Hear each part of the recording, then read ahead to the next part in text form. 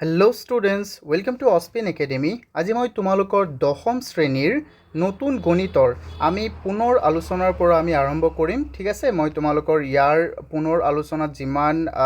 Questions আছে এই আটাইবোৰ বস্তু বুজাই দিম আৰু ইয়াৰ যিটো ইন্ট্ৰডাকশ্যন ক্লাছ মানে আমাৰ এইটোতেই থাকিব। তো মই ইয়াত প্ৰথমেই তোমালোকক কৈ দিওঁ, চোৱা মোৰ ইয়াত যদি তোমালোকে ক্লাছবোৰ কৰা তেন্তে তাত একো তুমি ইণ্ট্ৰ' বাগেৰা একো নাপাবা, জাষ্ট অনলি তোমালোকে ইয়াত মেথছবোৰহে বুজিব পাবা। আৰু চোৱা ইয়াত মই কেনেকৈ কৰাম মই তোমালোকক এটা ৰোড মেপটো দিওঁ। চোৱা যেনে ৰিভিজন এটা চেপ্টাৰ, এই চেপ্টাৰটোৰ এইটো এটা ছিৰিজ হ'ব, একেবাৰে ফ্ৰম 1ৰ পৰা একেবাৰে ইয়াৰ এণ্ডলৈকে এটা ছিৰিজ হ'ব। তো এতিয়া আমি কি কৰিম যে R1 কৰিম এইটো ভিডিঅ'ত। ঠিক আছে, তো তোমালোকে চোৱা R1ৰ যিটো টপিক আছে এই টপিকটো কি আছে, এই টপিকটোৰ নাম হ'ল আমাৰ বৰ্গ আৰু বৰ্গমূল। ষ্টুডেণ্টছ তোমালোকে চোৱা বৰ্গ আৰু বৰ্গমূল এই বস্তুটো কি হয়, বৰ্গ কি হয় বা বৰ্গমূল কি হয়, তো এই বস্তুবোৰৰ বিষয়ে মই প্ৰথমে কৈ লওঁ, তাৰ পিছতহে মই তোমালোকক কুৱেশ্যনবোৰ ছল্ভ কৰাম। যদি কোনোবাই এই বৰ্গ আৰু বৰ্গমূলৰ বিষয়ে আটাইবোৰ বস্তু জানা তেন্তে তোমালোকে ইমানটো চাবৰ দৰকাৰ নাই, তোমালোকে অকণমান স্কিপ কৰিব পাৰা। চোৱা তোমালোকে ক্লাছ 8ত এটা চেপ্টাৰ পাইছিলা, এই চেপ্টাৰটো আছিলে চেপ্টাৰ 7, মনত আছেনে? চেপ্টাৰ 7, এই চেপ্টাৰ 7টোৰ নাম আছিলে বৰ্গ আৰু বৰ্গমূল। তো বৰ্গ আৰু বৰ্গমূল, বৰ্গ মানে কি? ইয়াত চোৱা আমাক কি কৈছে, যদি কোনো এটা স্বাভাৱিক সংখ্যা এমক এন স্কুৱেৰ হিচাপে প্ৰকাশ কৰিব পাৰি, য'ত নেকি এনো এটা স্বাভাৱিক সংখ্যা, তেতিয়া এমক আমি এটা বৰ্গ সংখ্যা বুলি ক'ব পাৰোঁ। যেনেকৈ চোৱা ষ্টুডেণ্টছ, মই এটা উদাহৰণ লওঁ, যিকোনো আমি এটা সংখ্যা এটা ল'লোঁ 4 কৈছে যে এনেকৈ তুমি প্ৰকাশ কৰিব লাগিব যাতে তাৰ ওপৰত কি থাকে, এটা মানে এই 2 এটা থাকে, মানে স্কুৱেৰ, বুজি পাইছানে নাই? তাৰ এক্সপনেণ্ট বা ঘাতটো কি থাকে, 2। তো আমি কেনেকৈ লিখিব পাৰিম তাক, 4ক আমি লিখিব পাৰিম 2 স্কুৱেৰ। তো এইটোৱে কি হৈ যাব ষ্টুডেণ্টছ কোৱাচোন, এইটোৱে হ'ব আমাৰ বৰ্গ। অ'কে, আই হোপ তোমালোকে বেছিক কথাবোৰ বুজি আছা। তো সেইকাৰণে ইয়াত আমাক কৈছে যদি কোনো এটা স্বাভাৱিক সংখ্যাক আমি স্বাভাৱিক সংখ্যা এমক যদি এন স্কুৱেৰ ৰূপত আমি প্ৰকাশ কৰিব পাৰোঁ, তেতিয়া সেই সংখ্যাটোকে আমি কি বুলি ক'ম, যে বৰ্গ সংখ্যা বুলি ক'ম। আকৌ এই এনটো এটা স্বাভাৱিক সংখ্যা হ'ব লাগিব। স্বাভাৱিক সংখ্যা মানে কি আছিলে ষ্টুডেণ্টছ কোৱা? স্বাভাৱিক সংখ্যা মানে কি আছিলে, যিবোৰ যেনে 1 2 3 4 এইবোৰ কি হয় আমাৰ স্বাভাৱিক সংখ্যা। আই হোপ তোমালোকে বেছিক বস্তুবোৰ বুজি পাইছা, হয়নে নহয় কোৱা? অ'কে, তো আমি কেনেকৈ বুজি পাম যে এইটো এটা বৰ্গ হয় নে নহয়? তো বহুত ইজি, চোৱা মই তোমালোকক দেখুৱাই দি আছোঁ। ষ্টুডেণ্টছ তোমালোকে কেনেকৈ বুজি পাবা যে কোনটো সংখ্যা বৰ্গ হয়, কোনটো সংখ্যা বৰ্গ নহয়? মই প্ৰথমে বৰ্গৰ বিষয়েহে ক'ম, কাৰণ প্ৰথমে যদি তোমালোকে বৰ্গৰ বিষয়ে জানা তাৰ পিছতহে তোমালোকে বৰ্গমূলৰ বিষয়ে জানিব লাগিব। ঠিক আছে, তো আমি ষ্টেপ বাই ষ্টেপ যাম। যেনেকৈ ধৰি লোৱা মই এটা সংখ্যা ল'লোঁ, যেনে প্ৰথমে মই লৈছিলোঁ 4ক মই কেনেকৈ প্ৰকাশ কৰিছিলোঁ, 2 আৰু তাৰ ওপৰত স্কুৱেৰ, মানে 2 স্কুৱেৰ মানে কি আছিলে, এইবোৰতো তোমালোকে আগৰ ক্লাছত পাই আহিছে, যেনে 2 স্কুৱেৰ মানে হ'ল 2 পূৰণ 2, হয়নে নহয়? যেনেকৈ ধৰি লোৱা 3 স্কুৱেৰ মানে কি হ'ব, 3 × 3 বা 3 পূৰণ 3। যেনে 4 স্কুৱেৰ মানে কি হৈ যাব, 4 × 4। আই হোপ তোমালোকে এই বেছিক বস্তুবোৰ জানা। ঠিক একেদৰে যেতিয়া নেকি কোনো এটা সংখ্যাক আমি এই ৰূপত প্ৰকাশ কৰিব পাৰোঁ, তাৰ ওপৰত বৰ্গ থাকে, যেনে যদি এটা সংখ্যা লোৱা m, যদি তাক তুমি প্ৰকাশ কৰিব পাৰা n স্কুৱেৰ ৰূপত বা x স্কুৱেৰ ৰূপত, তেন্তে কি হৈ যাব, সেইটো এটা বৰ্গ হ'ব। এই ক্ষেত্ৰত তোমালোকে মনত ৰাখিব লাগিব যে mটো এটা স্বাভাৱিক সংখ্যা হ'ব লাগিব আৰু xটো এটা স্বাভাৱিক সংখ্যা হ'ব লাগিব, তেতিয়াহে ইহঁতি কি হ'ব, এটা বৰ্গ। তো তোমালোকে এনেকৈ যে এই যে 4টোক যে মই 2 স্কুৱেৰ ৰূপত যে প্ৰকাশ কৰিছোঁ, এইটো তোমালোকে কেনেকৈ বুজিবা যে এইটো আমি কেনেকৈ প্ৰকাশ কৰি দিলোঁ, হয়নে নহয়? Good question. অ'কে, মই তোমালোকক লাহে লাহে আটাইবোৰ বস্তু বুজাই দিম। অ'কে, প্ৰথমে আমি চাওঁ যে মই বেলেগ এটা সংখ্যা ল'লোঁ, ধৰি লোৱা মই ল'লোঁ 6। তো 6ক কি হয়, যেতিয়া নেকি তুমি তাৰ উৎপাদক বিশ্লেষণ কৰিবা, অ'কে, তাৰ উৎপাদক বিশ্লেষণ কৰিলে কি হ'ব,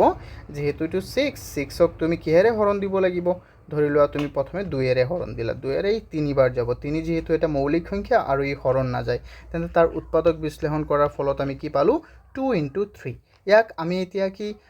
আমি পেয়াৰ হিচাপে লিখিব পাৰিম, জোৰ হিচাপে কি লিখিব পাৰিম, নোৱাৰিম, হয়নে নহয়? কিন্তু 4ৰ ক্ষেত্ৰত কি আছিলে বস্তুটো চোৱাচোন, 4ক যেতিয়া নেকি আমি উৎপাদক বিশ্লেষণ কৰিম, ই কেনেকুৱা হ'ব, 2 তাক যদি তুমি 2ৰে যদি ডিভাইড কৰি দিয়া এইটো কি হৈ যাব 2 হৈ যাব, হয় নে নহয়? 2ৰে হৰণ দিলে এইটো 2 হ'ব। মানে তাৰ উৎপাদক দুটা কি কি, এটা 2 আৰু এইফালেও এটা 2। তো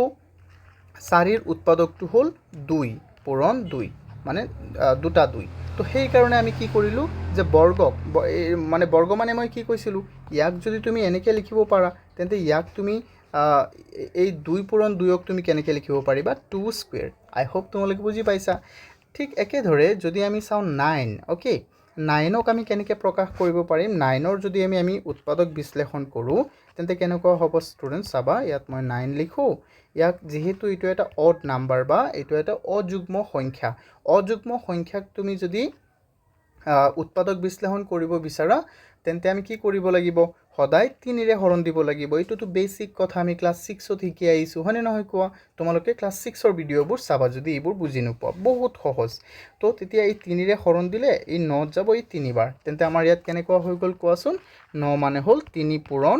3, 9 মানে হৈ গ'ল কিমান, 3 পূৰণ 3। যিহেতু আমি জানো যে দুটা একেই সংখ্যাক যদি তুমি দুবাৰ এইটো পূৰণ হয় তেন্তে ইয়াক আমি এনেকৈও লিখিব পাৰি, 3 স্কুৱেৰ। তো ইয়াৰ পৰা কি গম পালোঁ যে 9ক আমি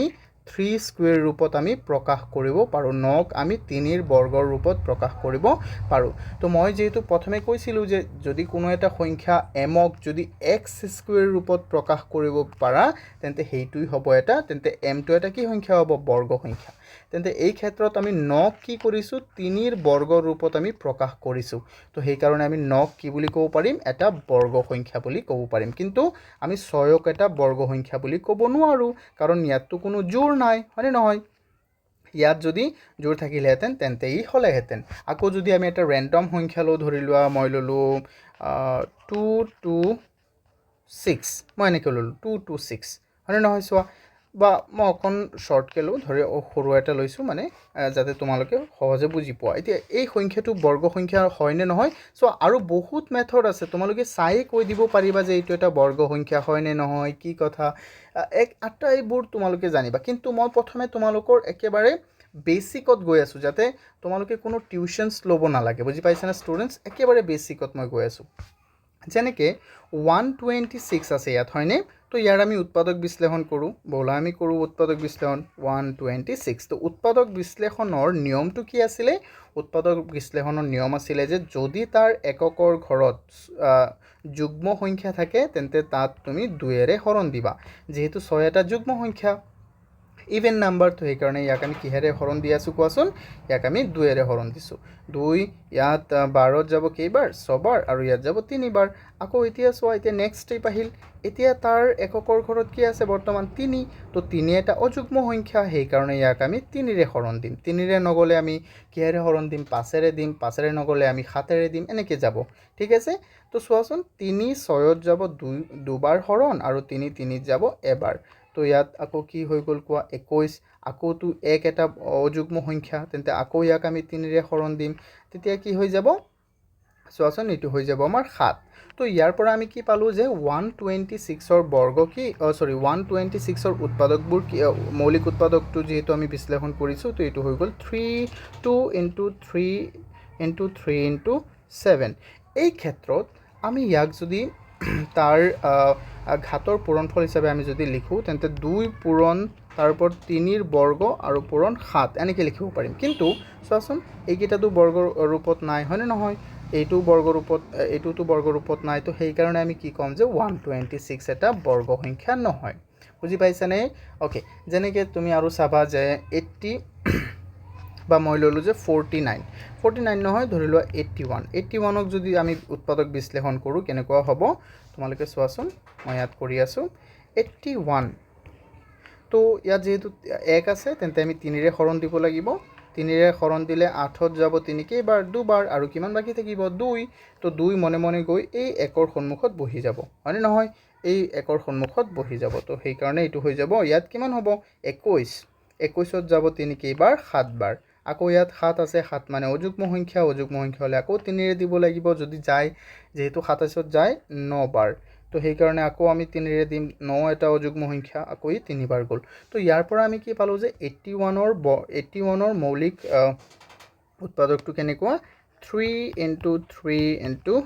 3 × 3 তো ইয়াৰ পৰা আমি কি লিখিব পাৰিম কোৱা ষ্টুডেণ্টছ যেনে এইটো কি হৈ যাব 3 পূৰণ 3 চোৱা এনেকৈ আমি বৰ্গ ৰূপত লিখিব পাৰিম 3 আৰু 3 আকৌ চোৱাচোন এইটো তোমালোকে পাই আহিছিলা ক্লাছ 8ত ক্লাছ 7ত পাইছিলা এই ক্ষেত্ৰত যে এইবোৰ তোমালোকে ডাইৰেক্ট লিখিব পাৰা যে 3 3 গুণ 9 হয়নে নহয় চোৱা তেন্তে ইয়াক আমি এইটো কমন লৈখিনি এই দুটা পাৱাৰ দুটা যোগ কৰি দিম 2 যোগ 2 সরি এইটো 3 এটা লিখি 3 দুটা লিখি দিয়া 3 3 গুণ 9 আৰু এটা পাৱাৰ লিখি দিয়া একেই কথা যেনেকৈ লিখা তো ইয়াৰ পৰা আমি কি পালো যে 81ৰ বৰ্গ কি 81ক আমি কেনেকৈ লিখিব পাৰো 9ৰ বৰ্গ হিচাপে আমি লিখিব পাৰো যেহেতু আমি এই সংখ্যাটোক যিকোনো এটা সংখ্যাৰ আন এটা সংখ্যাৰ বৰ্গ হিচাপত আমি লিখিব পাৰিছো তেন্তে এইটো কি হৈ যাব এটা 81টো এটা আমাৰ বৰ্গ সংখ্যা হ'ব ওকে তো এইটো হল আমাৰ বেসিক নিয়ম ওকে এইটো হল আমাৰ বেসিক নিয়ম যেটো আমি একেবাৰে আগতে জানিব লাগে আৰু ইয়াৰ বহুত শৰ্টকাট আছে এইটো তুমি চাই কৈ দিব পাৰিবা যে এইটো এটা বৰ্গ সংখ্যা হয় নে নহয় তো এতিয়া আমি আহো একেবাৰে আমাৰ যেটো আমাৰ কন্টেন্ট দিয়া আছে কিতাবত হেতুত চাও আমি চোৱা যেনে ইয়াত আমাক কেইটামান উদাহৰণ দিছে যে 4ক আমি প্ৰকাশ কৰিব পাৰো 2ৰ বৰ্গৰ ৰূপত 2ৰ ওপৰত আকৌ 2 আছে তেন্তে 2ৰ ঘাত 2 এই ৰূপত আমি প্ৰকাশ কৰিব পাৰো এই 9কো আমি এনেকৈ প্ৰকাশ কৰিব পাৰো 3 তাৰ ওপৰত আছে 2 মানে 3 স্কয়াৰ ৰূপত আমি প্ৰকাশ কৰিব পাৰো আৰু 16ক আমি 4ৰ স্কয়াৰ ৰূপত প্ৰকাশ কৰিব পাৰো সেই কাৰণে এই সংখ্যাবোৰ কি হয় বৰ্গ সংখ্যা যেনেকৈ তেন্তে ইয়াৰ পৰা এইটো চোৱা এই সংখ্যাকেইটা কি হয় বৰ্গ সংখ্যা ইয়াত আমাক আৰু এটা কথা কৈছে যে সকলো বৰ্গ সংখ্যাৰ একক স্থানত কি থাকে 0 1 4 5 6 9 এৰে শেষ হয় মানে সকলো বৰ্গ সংখ্যাৰ একক স্থানত কি থাকে 0 থাকে বা 1 থাকে বা 4 থাকে বা 5 বা 6 বা 9 থাকে ওকে এটো কিয় কেনেকৈ থাকে মই তোমালোকক দেখুৱাই দিও নে কোৱাচোন ওকে যেনেকৈ আমি জানো যে অংক আমাৰ কেইটা আছে কোৱাচোন অংক যাক আমি ইংৰাজীত কি বুলি কওঁ ডিজিট অকমান বেসিকটো কৈ আছো অংক তে ইয়াক আমি কেনেকৈ লিখিব পাৰিম কোৱাচোন ষ্টুডেন্টস অংক মানে কি হয় যেনেকৈ আমি ইংৰাজী জানিবলৈ আমি এবিসিডি জানিব লাগিব নে নাই ঠিক একেদৰে আমি গণিতক পঢ়িবলৈ আমি 1 2 3 এইবোৰ জানিব লাগিব আৰু হেতু হল তাৰ অংক তো এটো হল 1 2 3 4 5 6 7 8 9 আৰু ইফালে আছে কি আমাৰ 0 তো এই 10টাক আমি কি বুলি কওঁ অংক বুলি কওঁ এই 10টাক আমি কি বুলি কওঁ অংক তো আমি এই 10টাৰ বৰ্গ ওলাই চাও কি আছে তো আমি 1ৰ পৰা স্টাৰ্ট কৰো 1ৰ বৰ্গ হৈ গল 1 2ৰ বৰ্গ হৈ গল 4 3ৰ বৰ্গ হৈ গল 9 4ৰ বৰ্গ হৈ গল 16 5ৰ বৰ্গ হৈ গল কিমান 25 6ৰ বৰ্গ হৈ গল কিমান 36 আৰু ইফালে আছে আমাৰ কি 7ৰ বৰ্গ কিমান হ'ব ষ্টুডেন্টস ইফালে 49 আৰু 8ৰ বৰ্গ 64 আৰু 9ৰ বৰ্গ হৈ গল আমাৰ কিমান আছিল অথনি যে মই কলো 81 আৰু 10ৰ বৰ্গ হৈ গল আমাৰ 100 তো ইয়াৰ পৰা আমি কি পালো যেহেতু আমি প্ৰথম 10টা বৰ্গ সংখ্যা চাই আছো তো সেই কাৰণে আমি আটাইবোৰ চাব নালাগে ইয়াৰ পৰা আমি কিবা এটা কনক্লুজন ওলাব পাৰিম তো চোৱা কি অংক আমি পালো 1 পালো 4 পালো 9 পালো এককৰ ঘৰত 6 পালো 5 পালো 6টো এটা পালো আমি যেটো 6 নিলিখো 0 পালো 1টো আমি পালোই সেই কাৰণে ইয়াৰ পৰা নিলিখো আমি 4টো আমি পালো সেই কাৰণে ইয়াৰ পৰা নিলিখো 9টো পালো সেই কাৰণে ইয়াৰ পৰা নিলিখো তো যে আমাৰ যে 1 2 3 4 যেটো আছিল যে অংককিটাৰ তো আমি ইয়াৰ পৰা কি পালো যে প্ৰথম 10টা বৰ্গ সংখ্যাৰ একক স্থানত আমি কি অংক পালো কোৱাচোন ইয়াত আমি পালো 1 আমি পালো কিমান আমি আৰু পাইছো ইয়াত তোমাৰ 4 তাৰ পিছত 5 পালো তাৰ পিছত আমি কিমান পালো 6 পালো আৰু আমি কিমান পাইছো ষ্টুডেন্টস কোৱাচোন তাৰ পিছত আমি পালো 9 আৰু 0 পাইছো তো ইয়াত চোৱা তুমি বেসিক বস্তুবোৰ অকমান ভালকে চোৱা যেত আমি কি পাইছো আমি পাইছো 1 তাৰ পিছত 4 5 6 আৰু 9 আৰু 0 তো ইয়াৰ পৰা আমি পাইছো তোমাৰ 6টা অংক পাইছো যে বৰ্গ সংখ্যা হলে তাৰ শেষত কি থাকে হয়তো 1 থাকিব নহলে 4 থাকিব নহলে 5 থাকিব নহলে 6 বা 9 বা শূন্য থাকিব ঠিক আছে মনত ৰাখিব বস্তুবোৰ বহুত ইজি হয় হ্যাঁ এইবোৰ বহুতেই সহজ বস্তু তো সেইটোৱে আমাক ইয়াত কৈছে বুজি পাইছানে মনত ৰাখিবা তোমালোকে একেবাৰে এইটো মনত ৰাখি দিবা তেন্তে ইয়াৰ পৰা আমি আকৌ এটা কি কথা আমি ধৰা ৰিয়েলাইজ কৰিব পাৰিম যে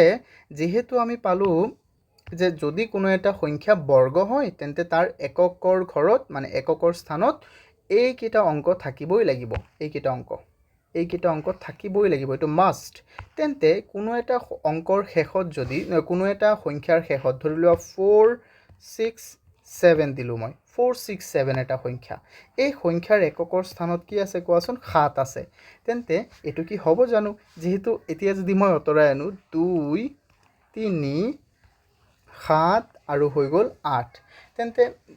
যদি কোনো ইয়াৰ পৰা আমি আকৌ কি গম পালোঁ যে যদি কোনো সংখ্যাৰ এককৰ ঘৰত 2 3 7 আৰু 8 থাকে তেন্তে এইটো এটা বৰ্গ সংখ্যা নহয় সিম্পল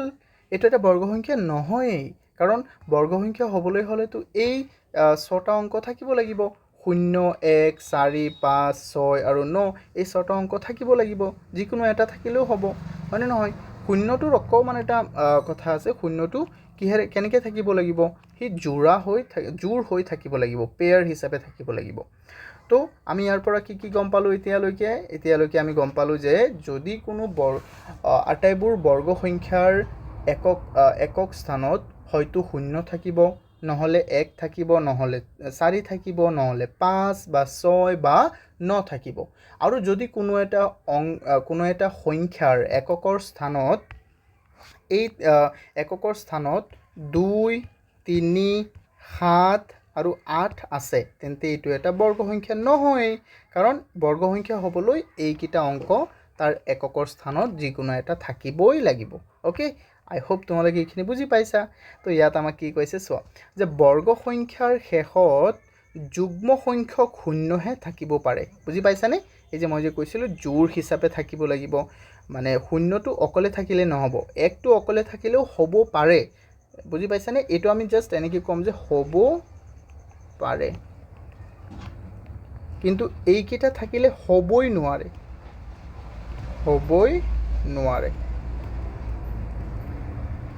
এইকেইটা থাকিলে একেবাৰে নহ'বই ইহঁতি কেতিয়াও বৰ্গ সংখ্যা নহ'ব আমি একেবাৰে চিয়'ৰ হ'ব লাগিব ষ্টুডেণ্টছ এই ক্ষেত্ৰত অ'কে তো আমি কিতাপটো ভালকৈ পঢ়িলে আমি যিকোনো কুৱেশ্যন ছল্ভ কৰিব পাৰিম বুজি পাইছানে এতিয়া চাওঁ আমি 4 নম্বৰত কি কৈছে বৰ্গমূল বৰ্গৰ বিপৰীত প্ৰক্ৰিয়া অ'কে সেইটোত মই অকণমান পিছত আহিম বৰ্গমূল কি হয় তো এতিয়া আমি বুজিলোঁ যে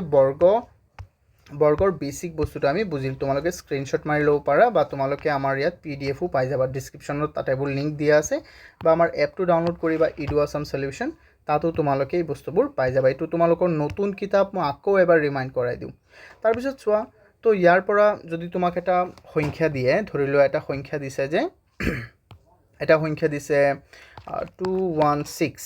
216 মই কৰিছিলোঁ নেকি আচ্ছা যিয়ে হওক ধৰি লোৱা এইটোৱে মই কৰিলোঁ 216 তো 216 এটা বৰ্গ সংখ্যা হয়নে নহয় তুমি মই যদি তোমাক সোধোঁ তুমি ক'বা যে আচ্ছা ছাৰ আপুনি কৈছিলে যে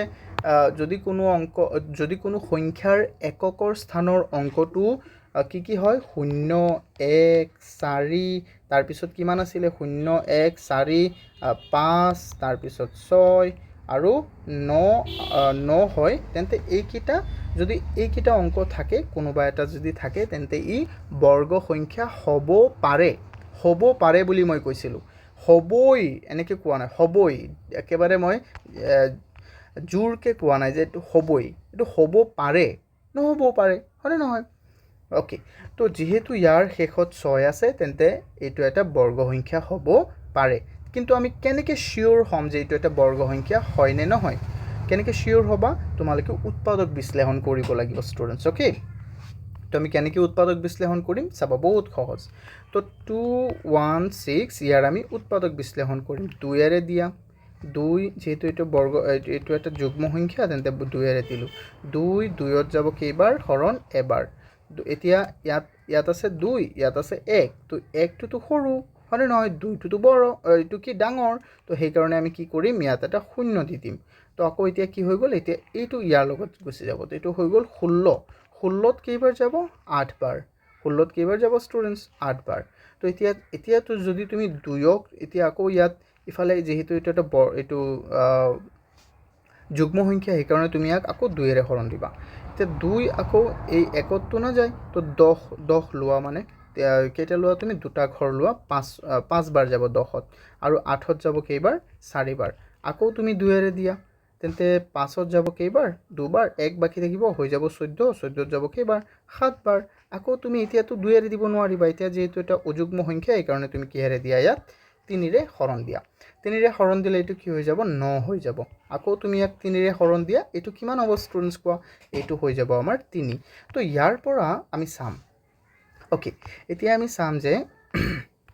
216ক আমি কেনেকৈ লিখিব পাৰিম 216ক আমি এতিয়া লিখিব পাৰিম যে ইয়াত 2 কেইটা আছে 3টা 2 কিউব লিখি দিম বুজি পাইছানে বা তোমালোকে এনেকৈও লিখিব পাৰা 2 * 2 * 2 আকৌ 3 কেইটা আছে 3টা তেন্তে ইয়াত লিখিব পাৰা 3 * 3 * 3 ওকে তো ইয়াত 2 কেইটা আছে আমাৰ 2 আছে আমাৰ 3টা আকৌ 3 কেইটা আছে 3ও আছে আমাৰ 3টা তোমালোকে ক্লাছ 8ত এনেকুৱা এটা নিয়ম পাইছিলা ক্লাছ 8ত পাইছা ক্লাছ 7ত পাইছা ক্লাছ 8ত যে এটা চেপ্টাৰ আছিলে সূচক আৰু ঘাত হয়নে নহয় তো এনেকুৱা চেপ্টাৰ এটা পাইছিলা তাতো এইটো এক্সপোনেণ্টৰ ৰুলবোৰ পাইছিলা ঘাতৰ নিয়মবোৰ যে a to the power m into b to the power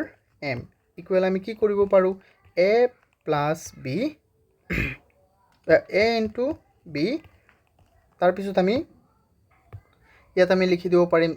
m টো কমন লিখি দিব পাৰিম হয়নে নহয় তো ইয়াত হৈ যাব 2 * কিমান 3 আৰু তাৰ পাৱাৰ হৈ যাব কিমান তাৰ পাৱাৰ হৈ যাব ওপৰত 3 তেন্তে ইফালে হৈ যাব 6 কিউব কিন্তু 6 কিউব হলেতো নহব হয়নে নহয় চোৱা এটো হৈ যাব আমাৰ 6 কিউব আমি কেনেকৈ প্ৰকাশ কৰিব লাগিছিল কোৱাচোন ষ্টুডেণ্টছ এটো আমি স্কোয়াৰৰ ৰূপত এটো চোৱা ইয়াত ওপৰত কি থাকিব লাগিছিল 2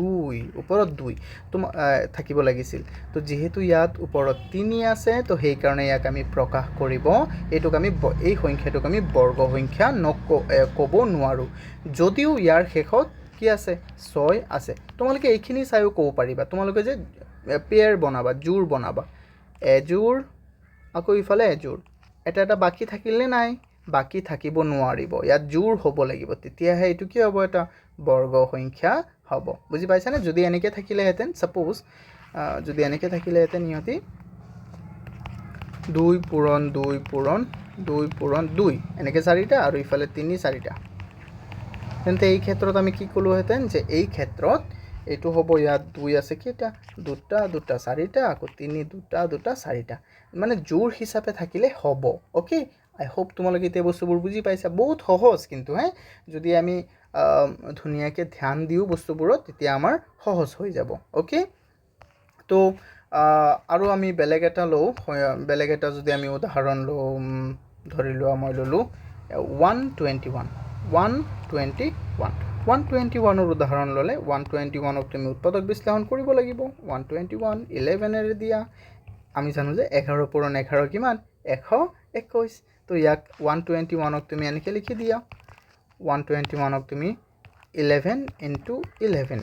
যেহেতু 11 * 11 তেন্তে 11 স্কুৱেৰ লিখিব পাৰিম তো 121ক আমি 11ৰ বৰ্গ ৰূপত আমি প্ৰকাশ কৰিছোঁ হৈ গ'ল তো সেইকাৰণে আমি 121ক এটা বৰ্গ সংখ্যা বুলি ক'ম আৰু তেতিয়াই ক'ম চোৱা আৰু বৰ্গ সংখ্যাৰ শেষত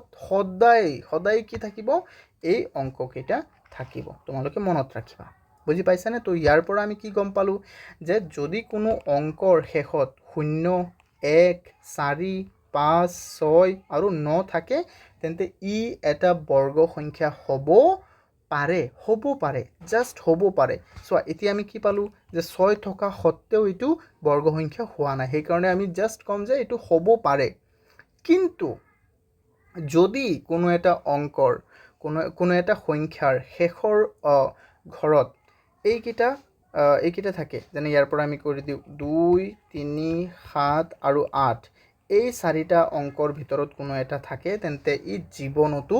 বৰ্গ সংখ্যা নহয় আই হোপ তোমালোকে মোৰ বেসিক বস্তুবোৰ বুজি পাইছানে চোৱা এইটো আমি জানিব লাগিব প্ৰথমে এইখিনি বেসিক জানিলেহে এইকেইটা তোমালোকৰ কাৰণে বহুত ইজি হৈ যাব বহুতেই ইজি ওকে বহুত ইজি মানে মই ক'বই নোৱাৰিম ইমান ইজি হ'ব তো তোমালোকে চোৱা এতিয়া চাওঁ আমি বৰ্গমূল এতিয়া চাওঁ আমি কি বৰ্গমূল বৰ্গমূলক ইয়াত কি বুলি কৈছে যে বৰ্গমূল হ'ল বৰ্গৰ বিপৰীত প্ৰক্ৰিয়া। বৰ্গৰ কিহৰ প্ৰক্ৰিয়া? বিপৰীত। মানে ইয়াত আমি কি কৰিছোঁ চোৱা,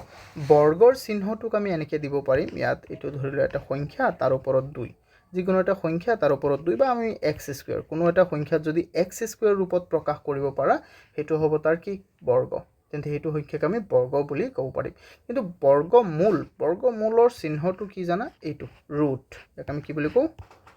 ৰুট। এইটো হ'ল বৰ্গমূলৰ চিহ্ন। যদি ইয়াক তুমি যেনেকৈ ইয়াত মই দেখুৱালোঁ যে 121ক আমি কেনেকৈ লিখিব পাৰোঁ? 11 স্কুৱেৰ বুলি লিখিব পাৰোঁ। 11 স্কুৱেৰ। তো এতিয়া যদি তুমি 11 স্কুৱেৰক এতিয়া এই 121ক যদি তুমি ৰুট কৰা তেন্তে এইটো হৈ যাব 11। তো ইয়াৰ পৰা আমি কি পালোঁ যে এইটো ওলোটা। এইটো কি হৈ গ'ল? বৰ্গৰ ওলোটাটো হৈ গ'ল আমাৰ বৰ্গমূল। বৰ্গৰ ওলোটাটো কি হৈ গ'ল? বৰ্গমূল। মানে চাবা, আৰু এটা কথা মনত ৰাখিবা, যেতিয়া নেকি ধৰি লোৱা মই এটা যদি এক্সপ্ৰেশ্যন লিখোঁ, এটা বীজগণিতীয় ৰাশি যদি মই লিখোঁ যে x + 2 = 6, এনেকৈ লিখিলোঁ। যেতিয়া নেকি ইয়াৰ পৰা 2 ইফালে আহিলে কি হৈ যাব? মাইনাছ। তোমালোকে এইবোৰতো জানাই বেছিক বস্তুবোৰ। তো আমি ইয়াত লিখিম যে 6 - 2। ঠিক একেদৰে যেতিয়া নেকি বৰ্গটো ৰুটৰ চিহ্নটো এটা ফালৰ পৰা যদি আনটো ফাললৈ যায় তেন্তে এইটো বৰ্গ হৈ যায়। যেনেকৈ চাবা, ইফালে 121 থাকি যাব। এই বৰ্গমূলৰ চিহ্নটো যদি 11ৰ ফালে আহি যায় তেন্তে এইটো হৈ যাব স্কুৱেৰ, বৰ্গ হৈ যাব। এইটো হ'ল বৰ্গমূলৰ চিহ্ন আৰু এইটো হ'ল বৰ্গৰ চিহ্ন। কনফিউজ নলগাবা। আকৌ বৰ্গৰ চিহ্নটো যদি এইফালে গুচি যায় তেন্তে এইটো হৈ যাব বৰ্গমূল। মানে এনেকৈ লিখিব লাগিব, এনেকৈ লিখিব লাগিব। বুজি পাইছানে? তো এইটো হ'ল আমাৰ একেবাৰে বেছিক বস্তু। তো আমি বৰ্গমূল উলিওৱাৰ আৰু কেইটামান ধৰণ আছে। ক্লাছ 9ত তোমালোকে ৰিভিজনত পাই আহিছিলা, প্ৰথমটো কুৱেশ্যনে আছিলে আমাৰ এইটোৰ ওপৰত। অ'কে, তো তোমালোকে চাবা। মই আকৌ এইটো বুজাই দিওঁ। ইয়াত চোৱা, আমাক ইয়াত কি কৈছে, যেনে 7ৰ বৰ্গ কি কৈছে আমাক? 49। 7ৰ বৰ্গ কিমান? 49। আকৌ 49ৰ বৰ্গমূলটো কি হ'ব? 7। মানে ওলোটা হ'লে নাই কোৱা। অৰ্থাৎ এৰ বৰ্গ বি হ'লে বিৰ বৰ্গমূল কি হ'ব? এ হ'ব। তো এইটো মনত ৰাখিবা। তাৰপিছত আমি কি চাওঁ? চোৱা, ইয়াত আমাক আৰু কি কৈছে? বেছিকবোৰ শুনা আগতে, তাৰপিছত আমি কুৱেশ্যন ছল্ভ কৰিম। Okay, this is the first thing everyone. আমি আগতে বেছিক কৰিম। সময় লাগিব, মই জানো সময় লাগিব। It will take so' much time, but we are going to solve step by step. Okay, চোৱা, তাৰপিছত আমাক কি কৈছে যে প্ৰতিটো পূৰ্ণবৰ্গ, শুনাচোন এবাৰ। ইয়াত কৈছে প্ৰতিটো পূৰ্ণবৰ্গ সংখ্যাৰ দুটা বৰ্গমূল থাকে। এটা থাকে ধনাত্মক, আনটো হ'ল ঋণাত্মক। আমি ইয়াত চোৱা, সদায় দুটা থাকে। কিয় থাকে মই সেইটো বুজাই দিম। কিন্তু আমি সাধাৰণ ক্ষেত্ৰত কি কৰোঁ? আমি সাধাৰণ ক্ষেত্ৰত +2 লৈ লওঁ। যেনে 49ৰ বৰ্গমূল দুটা, এটা হ'ল +7, আনটো হ'ল -7। অ'কে, কোনো এটা সংখ্যাৰ ধনাত্মক বৰ্গমূলক ৰুট প্ৰতীকেৰে নিৰ্দেশ কৰা হয়। বুজি পাইছানে? চোৱা, যেনেকৈ চাবা, ধৰিলে ইয়াত মই লিখিলোঁ যে √49। ইয়াক তুমি এনেকৈ লিখিব পাৰিবা +-7, মানে বা এনেকৈও লিখিব পাৰিবা, বা তুমি এনেকৈও লিখিলা যে প্লাছৰ এটা 7 আৰু মাইনাছৰ এটা 7, এনেকৈও লিখিব পাৰিবা। চ' সেইটোৱে আমাক কৈছে। তো বেছিক বস্তুবোৰ আই হোপ আমি বুজি পাইছোঁ, হয়নে নহয়? চোৱা, ইয়াত আমাক কৈছে যে এইটো চোৱা, যে 4ৰ বৰ্গ হ'ল +ৰো 2 বা -ৰো 2। 49ৰ বৰ্গমূল কি হয়? +ৰো 7 আৰু -ৰো 7, মানে এনেকৈ তুমি ক'ব পাৰা।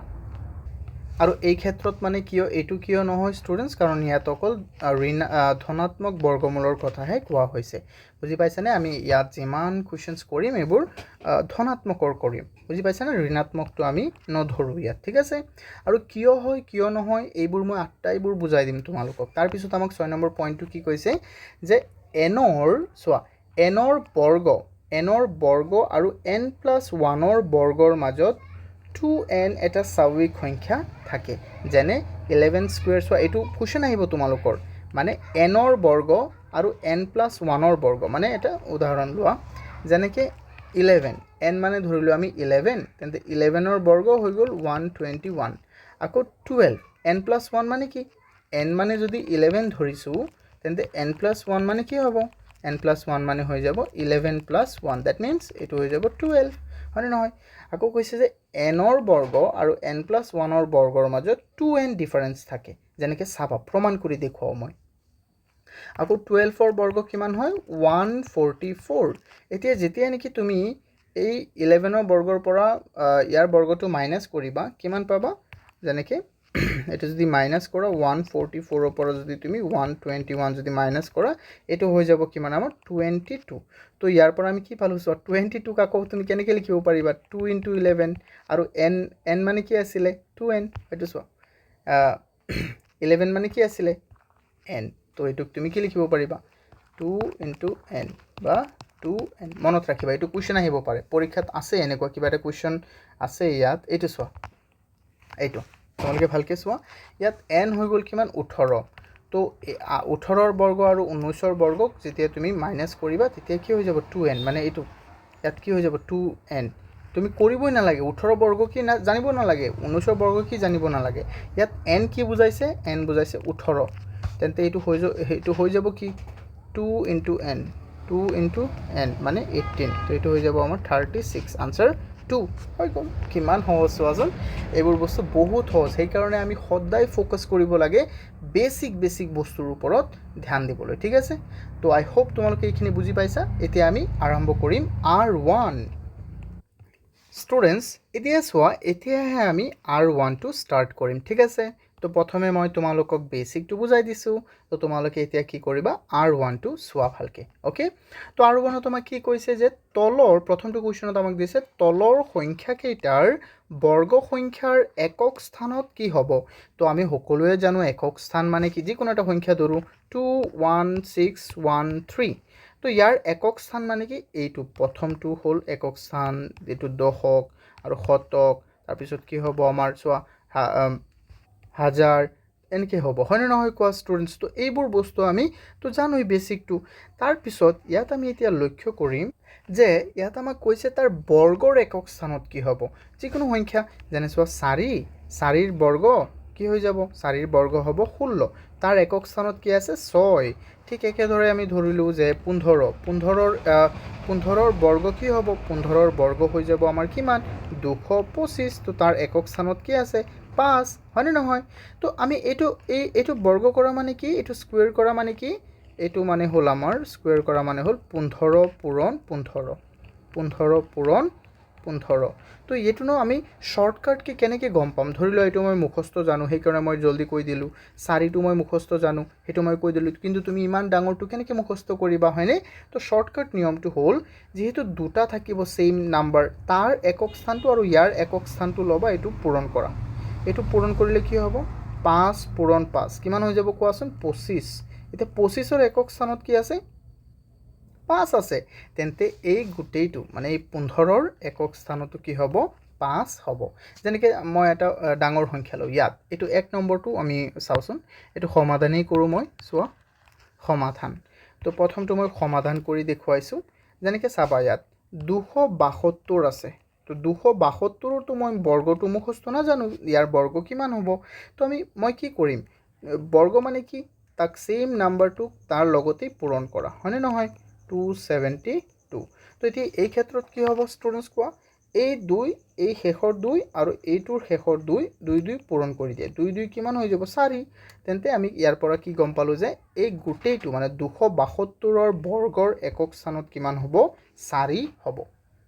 বুজি পাইছা না এনেকৈ কৰিব পাৰিবা তেন্তে ইফালে আছে কিমান 7 তো মই এটো দেখুৱাই দিও এটা অফিচিয়ালি মই লিখি দেখুৱাই দিও তেন্তে তোমালোকে ধুনীয়াকৈ লিখিবা ষ্টুডেন্টস তোমালোকে এনেকৈ লিখিবা চোৱা এটো তোমালোকে প্ৰথমে কৰি লবা এনেকৈ লিখিবা যে 272 জানে 272ৰ বৰ্গৰ একক স্থানত 4 থাকিব চোৱা 4 থাকিব তো এতিয়া আমি 79ৰ টো চাও 79ৰ একক স্থানত কি আছে 9 তো 79ৰ বৰ্গ মানে কি হ'ব 79 * 79 তো এতিয়া 9 আৰু 9 তুমি পূৰণ কৰি দিয়া 9 আৰু 9 হৈ যায় আমাৰ 81ৰ একক স্থানত থাকে 1 তেন্তে 79ৰ একক স্থানত কি থাকিব 1 থাকিব আই হোপ তোমালোকে বুজি পাইছা হয় নহয় তো ঠিক একেধৰে আমি লিখিম এনেকৈ ইয়াত চাবা 2 নম্বৰৰ ক্ষেত্ৰত যে 79ৰ চোৱা 79ৰ বৰ্গৰ একক স্থানত কি থাকিব তোমালোকে ধুনীয়াকৈ লিখিবা মই অকণমান সময়ৰ নাটনিৰ কাৰণে মই অকণমান শ্বৰ্টকৈ লিখি আছোঁ চোৱা তোমালোকে লিখিবা 79 চোৱা এনেকৈ 9 বৰ্গৰ একক স্থানত চোৱা ইমানটো জানাই হ'বলা ক্লাছ 10ত পঢ়া হয়নে তো 9 × 81 তাৰ একক স্থানত আছে 1 তো সেইকাৰণে ইয়াত আনচাৰটো হ'ব আমাৰ 1 থাকিব হৈ গ'ল তাৰপিছত চোৱা 2 নম্বৰ 3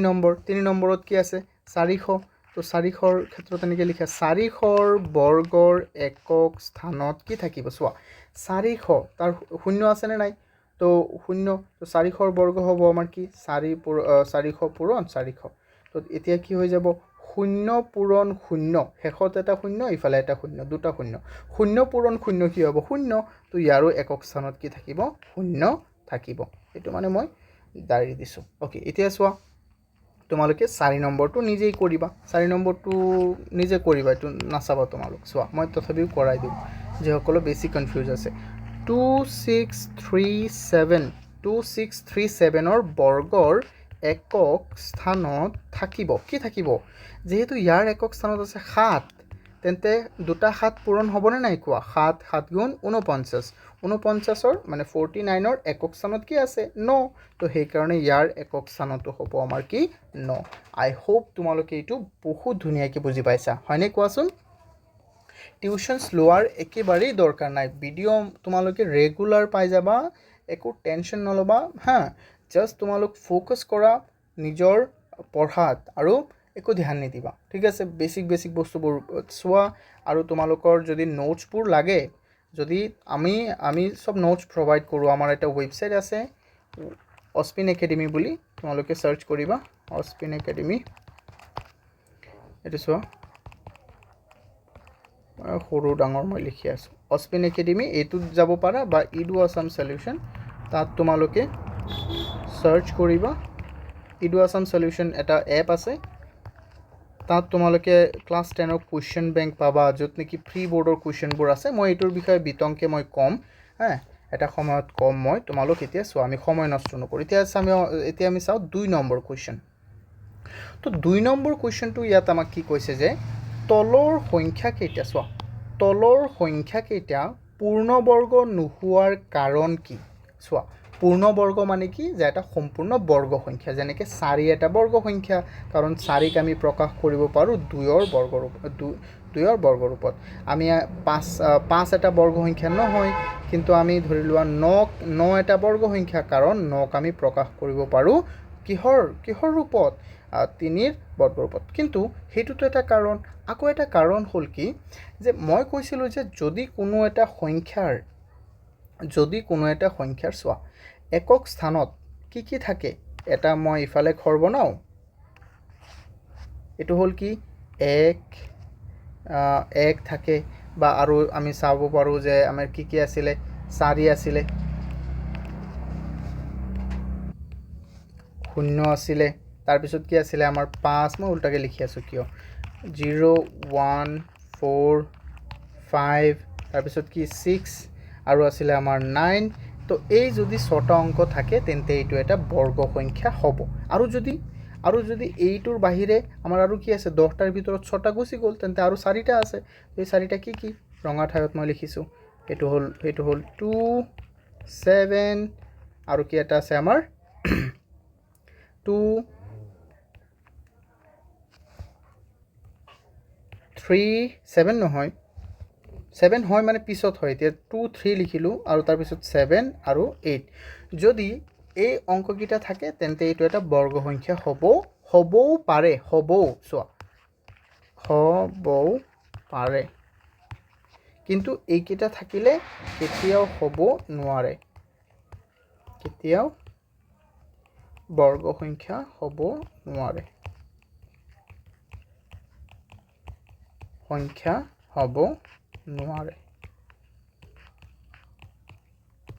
আই হোপ তোমালোকে বুজি পাইছা হয়নে নহয় কোৱা মই ধুনীয়াকৈ বুজাই দিওঁ তো এতিয়া চোৱাচোন এই যে এই 1057 ইয়াৰ এককৰ স্থানত আছে কি 7 তো যিহেতু according to this rule this number cannot be a square number বা বৰ্গ সংখ্যা এইটো সংখ্যা কেতিয়াও এটা বৰ্গ সংখ্যা হ'ব নোৱাৰে হয়নে নহয় কাৰণ কাৰণটো কি তুমি ক'বা যে ছাৰ কাৰণটো হ'ল যিহেতু তাৰ একক স্থানত 7 আছে সেইকাৰণে এইটো এটা বৰ্গ সংখ্যা হ'ব নোৱাৰে সিম্পল গুড ৱাও তাৰ পিছতটো যদি খুদে যে আচ্ছা এইটো যদি হ'ব নোৱাৰে তেন্তে কোৱা এইটো কিয় হ'ব নোৱাৰে তো এইটো হ'ব নোৱাৰাৰ কাৰণ হ'ল তাৰ একক স্থানত আছে 8 আৰু আমি শিকিছিলোঁ যে যদি কোনো এটা সংখ্যাৰ একক স্থানত 8 থাকে তেন্তে এইটো এটা বৰ্গ সংখ্যা হ'ব নোৱাৰে আৰু এটা কাৰণ কি আৰু কাৰণটো হ'ল যে এইটো চোৱা 222 ইয়াৰ একক স্থানত কি আছে ইয়াৰ একক স্থানত আছে 2 সেইকাৰণে এইটো এটা কি হ'ব নোৱাৰে বৰ্গ সংখ্যা হ'ব নোৱাৰে তো ইয়াক আমি এইটো কাৰণটো লিখি দিম কাৰণ চোৱা 2টো আমাৰ লিষ্টত আছে তো সেইকাৰণে আৰু আছিল 0 অ' মাই গছ চোৱা এতিয়া তোমালোকৰ লাগিব লেঠা যদি ভালকৈ আগতে শুনা নাছিলা মইতো কৈছিলোঁ যে 0 থাকিলে এটা বৰ্গ সংখ্যা হ'ব কিন্তু তাত এটা কণ্ডিশ্যন কৈছিলোঁ যে 0 থাকিলে বৰ্গ সংখ্যা তেতিয়া হ'ব পাৰে যেতিয়া নেকি 0টো ডাবল হিচাপে থাকে মানে যুগ্ম হিচাপে থাকে মানে হয়তো 2টা থাকিব লাগিব নহ'লে 4টা থাকিব লাগিব নহ'লে 6টা নহ'লে 8টা নহ'লে 10টা কিন্তু কেতিয়াও নহ'লে 100টা কিন্তু কেতিয়াও 101টা থাকিব নোৱাৰে মানে যুগ্ম হিচাপে থাকিব লাগিব তো ইয়াত যুগ্ম হিচাপে আছেনে শূন্যটো নাই শূন্যটো অযুগ্ম হিচাপে আছে তো সেইকাৰণে এইটো এটা বৰ্গ সংখ্যা হ'ব নোৱাৰে আই হোপ বহুত বস্তুটো তোমালোকে বুজি পাইছা হয়নে নহয় কোৱা তেতিয়া চাওঁ আমি 1 নম্বৰটো আমি লিখোঁ ধুনীয়াকৈ তোমালোকে চাবা হে চোৱা মই ইয়াত লিখিম সলিউশ্যন ষ্টুডেণ্টছ চোৱাচোন মই প্ৰথমটো কুৱেশ্যনৰ মই আনচাৰ লিখিছোঁ এনেকৈ যে ইয়াত মই কি লিখিছোঁ যে 1057 এই সংখ্যাটোৰ একক স্থানত 7 থকাৰ বাবে এটা পূৰ্ণ বৰ্গ সংখ্যা নহয় চিম্পল এনেকৈ তোমালোকে লিখিবা 2 নম্বৰটো এনেকৈ লিখিবা যে 7928 এই সংখ্যাটোৰ একক স্থানত কি থকাৰ বাবে 8 থকাৰ বাবে এটা পূৰ্ণবৰ্গ সংখ্যা সংখ্যা লিখিলে বেছি ভাল হ'ব বা পূৰ্ণবৰ্গ সংখ্যা নিলিখিলেও হ'ব দিয়া পূৰ্ণবৰ্গ নহয় আই হোপ তোমালোকে বুজি পাইছা তাৰপিছত লিখিবা তোমালোকে 3 নম্বৰটো তোমালোকে আকৌ মই এনেকৈ লিখাৰ বাবে বেয়া নাপাবা যে ছাৰে কেনেকৈ লিখি আছে তোমালোকে নিজে লিখি দিবা কাৰণ চোৱা এনেও বহুত সময় হৈ গ'ল হয়নে নহয় চোৱা তো আমি অকণমান কেতিয়াবা শ্বৰ্টকাট কৰি দিম তো যাতে কিন্তু এই শ্বৰ্টকাটত যাতে তোমালোকৰ কোনো প্ৰব্লেম নহয় চোৱা 222 মানে 222 এই সংখ্যাটো কিয় বৰ্গ সংখ্যা নহয় মই অথনি কৈছিলোঁ যে কাৰণ তাৰ একক স্থানত কি আছে তাৰ একক স্থানত 2 থকাৰ বাবে এটা পূৰ্ণ বৰ্গ নহয় চিম্পল তাৰপিছত চোৱা এতিয়া আহিল কি 4টোৰ ক্ষেত্ৰত কেনেকৈ লিখিব উত্তৰটো অকণমান মই লিখি দিওঁ যে ইয়াত তোমালোকে লিখিবা 640 এই সংখ্যাটোৰ একক স্থানত 0 অযুগ্ম এইটো এনেকৈ লিখি দিবা 0 অযুগ্ম আকাৰত এইটো 0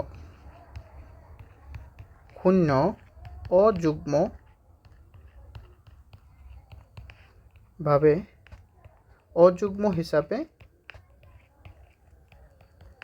থকাৰ বাবে সংখ্যাটো এটা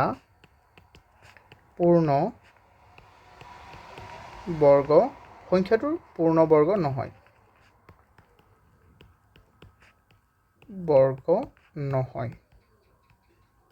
আই হোপ তোমালোকে বুজি পাইছা হয়নে কিমান ধুনীয়া বস্তুটো আমি ইমান এনেকৈ আমি সহজভাৱে আটাইবোৰ বস্তু চাই থাকিম অ'কে ষ্টুডেণ্টছ আই হোপ তোমালোকে এই আটাইবোৰ বস্তু বুজি পাইছা হয়নে নহয় যদি ইয়াত শূন্যটো 2টা থাকিলেহেঁতেন তেন্তে এইটো এটা পূৰ্ণবৰ্গ সংখ্যা হ'বও পাৰিলেহেঁতেন কিন্তু ইয়াত যিহেতু ছিংগলভাৱে আছে মানে অযুগ্ম আকাৰে আছে তো সেইকাৰণে এইটো এটা বৰ্গ সংখ্যা নহয় পূৰ্ণবৰ্গ সংখ্যা নহয় তাৰপিছত চোৱাচোন আমাক ইয়াত কি কৈছে ইয়াত আমাক দিছে যে ইয়াত চোৱা অকণমান ভালকৈ চাই আছেনে অ'কে তলৰ সংখ্যাকেইটাৰ বৰ্গ কিমান চিম্পল তলৰ সংখ্যাকেইটা বৰ্গ কেনেকৈ ওলায় বৰ্গ ওলাই চোৱা যেনেকৈ এটা সংখ্যা দিছে ইয়াত ধৰি লোৱা মই এটা সংখ্যা ধৰিলোঁ কিমান ধৰিম 8 8ৰ বৰ্গ 8ৰ যদি বৰ্গ উলিওৱা এইটো হ'ল বৰ্গ তেন্তে বৰ্গ ওলালে 8ক 8ৰ লগতে পূৰণ কৰি দিয়া 8 8 গুণ 64 হৈ গ'ল বৰ্গ তো তেনেকৈ তো আমি আনসাৰটো ইয়াত লিখিম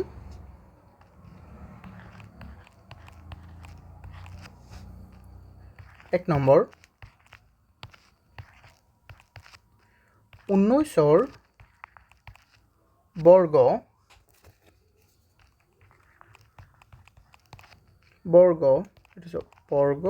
হ'ল তোমালোকে লিখি দিবা এনেকৈ হ'ল এতিয়া চোৱা 19 পূৰণ কি হৈ যাব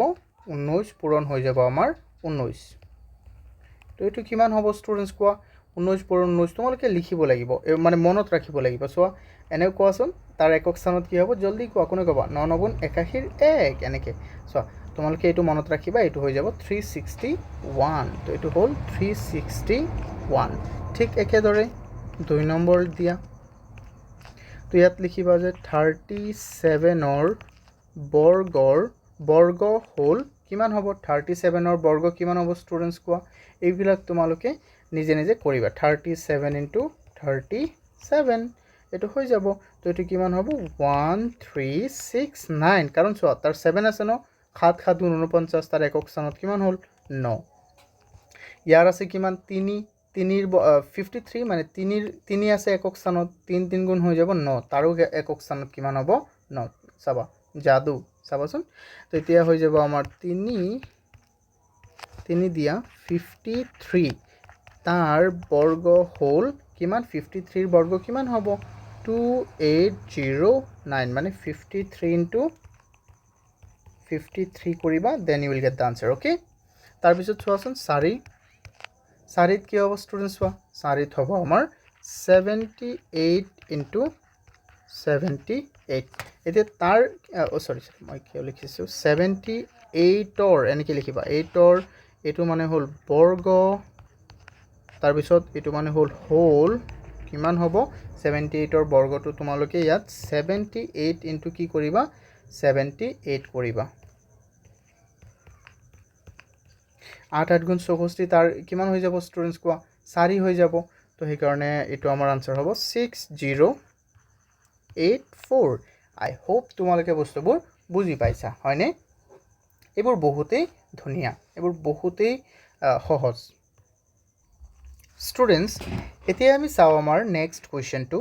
এই কুৱেশ্যনটোত আমাক কি দিয়া আছে যে মৌলিক উৎপাদক বিশ্লেষণ পদ্ধতিৰে বৰ্গমূল নিৰ্ণয় কৰা তো আমি মৌলিক উৎপাদক বিশ্লেষণ পদ্ধতি এইটো মানে কি হয় এইটো আমি ইংৰাজীত কওঁ যে এইটো কি আমাৰ প্ৰাইম ফেক্টৰাইজেশ্যন মানে মৌলিক সংখ্যাৰে আমি উৎপাদক বিশ্লেষণ কৰিব লাগে হয়নে নহয় ষ্টুডেণ্টছ ইটছ সো ইজি এতিয়া আমি চাম হে চাবা এতিয়া মৌলিক সংখ্যাৰে আমি কেনেকৈ তাক উৎপাদক বিশ্লেষণ কৰোঁ উৎপাদক বিশ্লেষণ মানেতো বুজি পাইছা মৌলিক সংখ্যাৰে মানে কি যেনেকৈ মই কৈছিলোঁ ধৰি লোৱা 16ক যদি তুমি মৌলিক সংখ্যাৰে উৎপাদক বিশ্লেষণ কৰিলে যেহেতু এইটো বৰ্গ সংখ্যা এইটো এটা যুগ্ম সংখ্যা তেন্তে তুমি ইয়াক 2ৰে হৰণ দিয়া 2 এটা মৌলিক সংখ্যা আকৌ মৌলিক সংখ্যা মানে কি আছিলে প্ৰাইম নাম্বাৰ মানে কি যাৰ উৎপাদক মাত্ৰ দুটা সংখ্যাটো নিজে আৰু কি এক তেনে সংখ্যাক আমি কি বুলি কওঁ মৌলিক সংখ্যা তোমালোকেতো নিশ্চয় জানা এইবোৰ তো আই থিংক ফিৰবি মই কৈ দিছোঁ তো 2 ইয়াত কেইবাৰ যাব হৰণ 8 বাৰ আকৌ 2ৰে দিয়া যেহেতু এইটো যুগ্ম হ'লে 2ৰে দিবা আৰু অযুগ্ম হ'লে 3ৰে দিবা 3ৰে নগ'লে 5ৰে দিবা 5ৰে নগ'লে 7ৰে দিবা তাৰপিছত তুমি 11ৰে দিবা 13ৰে হৰণ দিবা এনেকৈ গৈ থাকিব বুজি পাইছানে তো 2 আকৌ 2 এইটো হৈ যাব কেইবাৰ 2 ইয়াত কেইবাৰ যাব 4 বাৰ আকৌ 2ৰে দিয়া 2 বাৰ যাব তো এইটো হ'ল আমাৰ মৌলিক উৎপাদক বিশ্লেষণ তো এইটো আমি এইটো পদ্ধতি ইয়াত আমি কৰিম চাবা তো আমি সলিউশন লিখো প্ৰথমে একেবাৰে ধুনীয়াকৈ চাই থাকা কেনেকৈ আমি কৰোঁ প্ৰসেছবোৰ চোৱা তোমালোক প্ৰথম কথা হ'ল কি প্ৰসেছলৈ ফ'কাছ কৰোঁ তোমালোক তো প্ৰসেছলৈ যেতিয়া ফ'কাছ কৰিবা then it will be great for you okay let's do it প্ৰথমে আমি এনেকৈ চাওঁ ইয়াত প্ৰথমটো কি আছিলে 1764 তো ইয়াত আমি চাওঁ 1764 1764ক যেহেতু ইয়াক আমি উৎপাদক বিশ্লেষণ কৰিম প্ৰথমে লক্ষ্য কৰিম যে এইটো এটা যুগ্ম হয় নে অযুগ্ম হয় তো এইটো এটা কি হয় ষ্টুডেণ্টছ কোৱাচোন এইটো এটা যুগ্ম সংখ্যা হয় তো 2ৰে হৰণ দিলোঁ 16 আছে ন ইয়াত সৰি 17 আছে ন তেন্তে 16 হৰণ যাব 8 বাৰ এক বাকি থাকিল আকৌ হৈ গ'ল 16 আকৌ যাব কেইবাৰ 8 বাৰ তো ইয়াত থাকি গ'ল আকৌ 4 4 যাব দুবাৰ আকৌ 2ৰে দিয়া 4 4 1 আকৌ যেহেতু এটো 441 তেন্তে আমি 3ৰে হৰণ দিব লাগিব এতিয়া যেহেতু এটো অযুগ্ম 3ৰে যায় নেকি আমি চাইলো যদি যায় তেন্তে হৈ যাব 3 4 যাব এবাৰ এক বাকি থাকিল আকৌ হৈ গ'ল 14 14 না যায় 12 যাব কেইবাৰ 4 বাৰ আকৌ কিমান হৈ যাব স্টুডেন্টস হোৱা তেন্তে আমাৰ আকৌ 2 থাকি গ'ল 21 21 যাব কেইবাৰ 7 বাৰ আকৌ 147 আছে ন তেন্তে যেহেতু 7 আছে তেন্তে আকৌ 3 দিয়া 3 14 না যায় 12 যাব 4 বাৰ আকৌ 2 থাকি গ'ল 27 27 যাব 9 বাৰ আকৌ এতিয়া কি আছে ইয়াত 3 কি আছে ইয়াত চোৱা 9 আছে 9 থাকিলে আমি 3ৰে দিব লাগে কিন্তু 3ৰে এইটো হৰণ যাব জানো 3 ইয়াত হৰণ না যায় তো সেই কাৰণে কি হাৰে হৰণ যাব এইটো 3 যেহেতু ইয়াত হৰণ না যায় তো সেই কাৰণে আমি 7ৰে দিম 5ৰে তো না যায় 5ৰে হৰণ যাবলৈ কি লাগে তোমালোকে 6ত পাইছিলা 5ৰে হৰণ তেতিয়াই যাব যেতিয়া 0 বা 5 থাকে হয়নে নহয় তো সেই কাৰণে আমাৰ তাৰ পিছৰটো আমি চাম আৰু চোৱা তাৰ পিছৰটো মৌলিক সংখ্যা আমি চালো 7 7টো হৈ গ'ল কি 7 7 বাৰ যাব ইয়াত 7 7 বাৰ যাব তেন্তে ইয়াৰ পৰা আমি কি পাম যে মৌলিক উৎপাদক যদি তুমি বিশ্লেষণ কৰা মৌলিকভাৱে তেন্তে বৰ্গমূল যদি উলিয়াব বিচাৰা বা আমি প্ৰথমে এনেকৈ লিখিলোঁ যে 1764ক আমি কেনেকৈ লিখিব পাৰিম 2 পূৰণ 2 পূৰণ 3 পূৰণ 3 পূৰণ 7 পূৰণ 7 অ'কে বস্তুবোৰ বুজা মানে ইয়াত কি আছে যে যেনেকৈ আছে আমি তেনেকৈ লিখিছোঁ কিন্তু বৰ্গৰ ক্ষেত্ৰত যদি তাৰ তুমি বৰ্গ উলিয়াব বিচাৰা তেন্তে এই ক্ষেত্ৰত তুমি কি লিখিব লাগিব তুমি এই ক্ষেত্ৰত কেনেকৈ লিখিবা যে বৰ্গমূল চিহ্নটো দিয়াৰ লগে লগে বৰ্গমূল উলিয়াব লাগে বুলি কৈছে তো বৰ্গমূল চিহ্নটো দিয়াৰ লগে লগে তুমি এই এটা জোৰৰ পৰা মানে এক জোৰৰ পৰা ল'বা মাত্ৰ এটা আকৌ এক জোৰৰ পৰা ল'বা মাত্ৰ এটা আকৌ এক জোৰৰ পৰা ল'বা মাত্ৰ এটা তাৰ পিছত কি হৈ যাব তেন্তে 2 3 গুণ কিমান হৈ গ'ল আমাৰ 6 আৰু 6 7 গুণ কিমান হৈ গ'ল 42 তো এতিয়া চোৱা আই হোপ তোমালোকে বুজি পাইছা হয়নে আমি এইটো হ'ল উৎপাদক বিশ্লেষণ এইটো এই ক্ষেত্ৰত এইটো কাটি গ'ল চোৱা ৰবা মই দেখুৱাই দিওঁ এই যে যেটো সেকশনটো আছে স্টুডেন্টস এইটোক আমি কম যে মৌলিক উৎপাদক বিশ্লেষণ কিন্তু যেহেতু তাৰ বৰ্গমূল উলিয়াব লাগে তো সেই কাৰণে বৰ্গমূল উলিয়ালে সদায় এটা জোৰৰ পৰা তুমি মাত্ৰ এটাহে ৰাখিবা এটা 2 দুটা এটা ৰাখা 3 দুটা এটা ৰাখা 7 দুটা এটা ৰাখা okay I hope you are getting my point okay বুজি পাইছা বহুত ইজি চোৱা now we will focus on the next one আমি এইটোত ফ'কাছ কৰিম 9216 তো এতিয়া আমি ফ'কাছ কৰিম 9216ত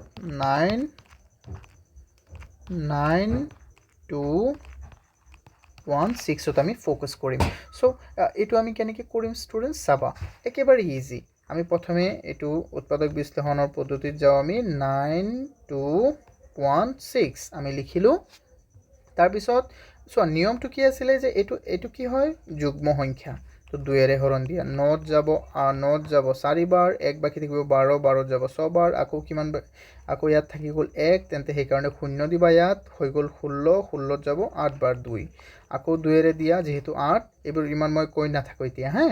এতিয়া 2 যাব আকৌ 3 আকৌ 0 আছে তেন্তে 0 দিয়া 8 যাব কেইবাৰ 4 বাৰ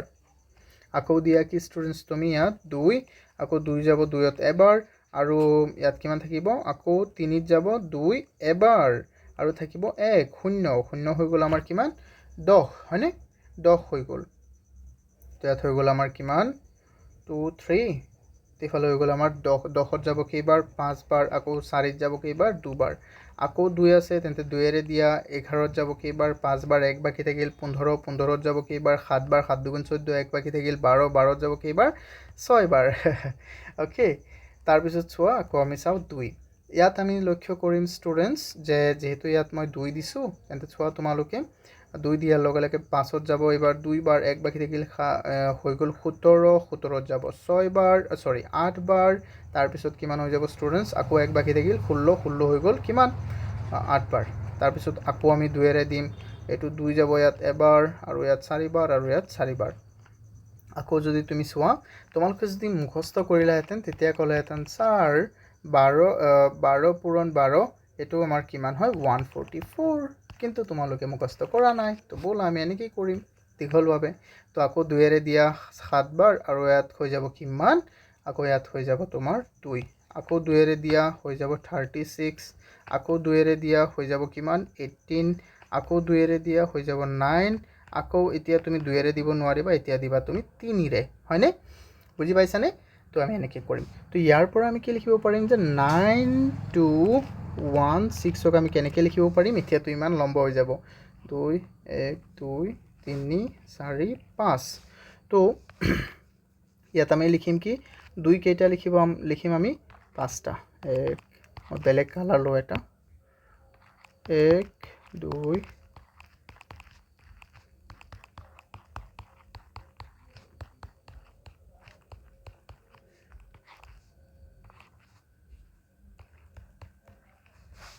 ৰ'বাচোন মই ইয়াক অকণমান ইফালে লৈ আহোঁ তেতিয়া আমাৰ জেগা হৈ যাব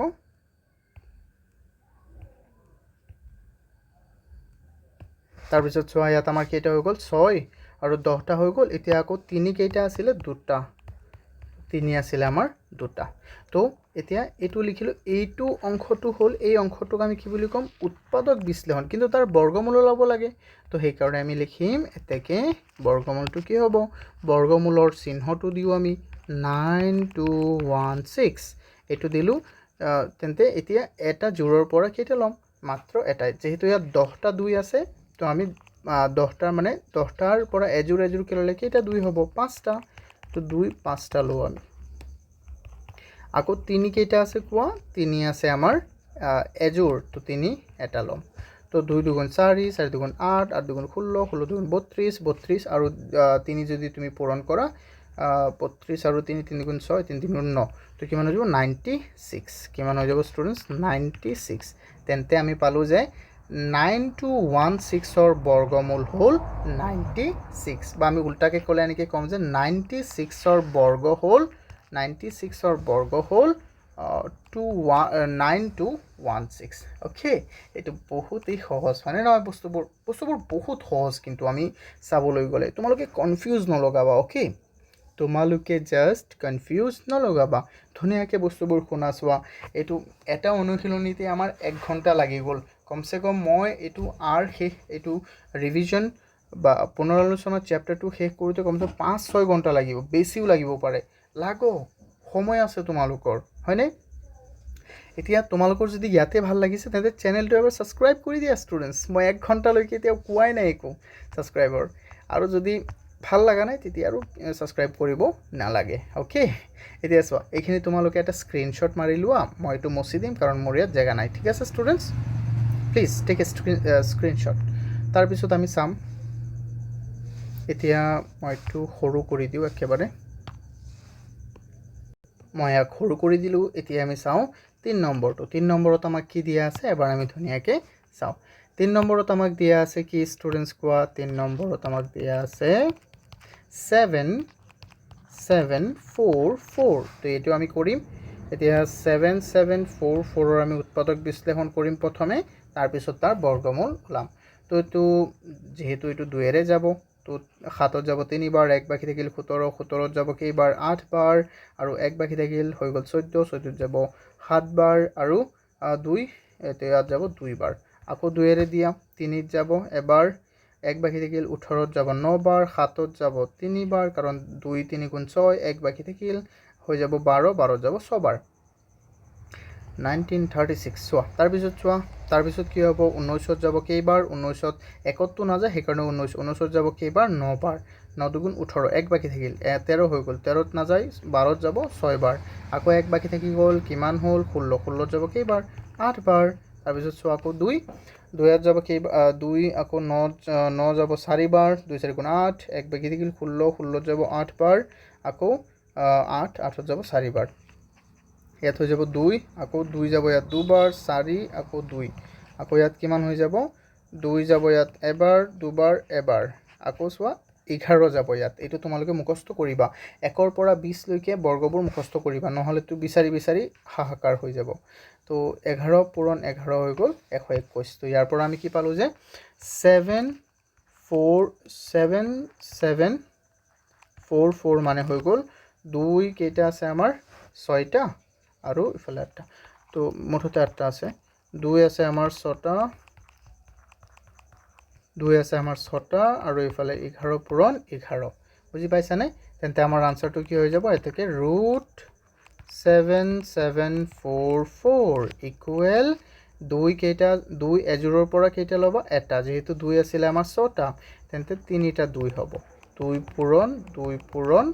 2 আৰু 11 এটা তেন্তে 2 2 4 4 2 8 8 পূৰণ 11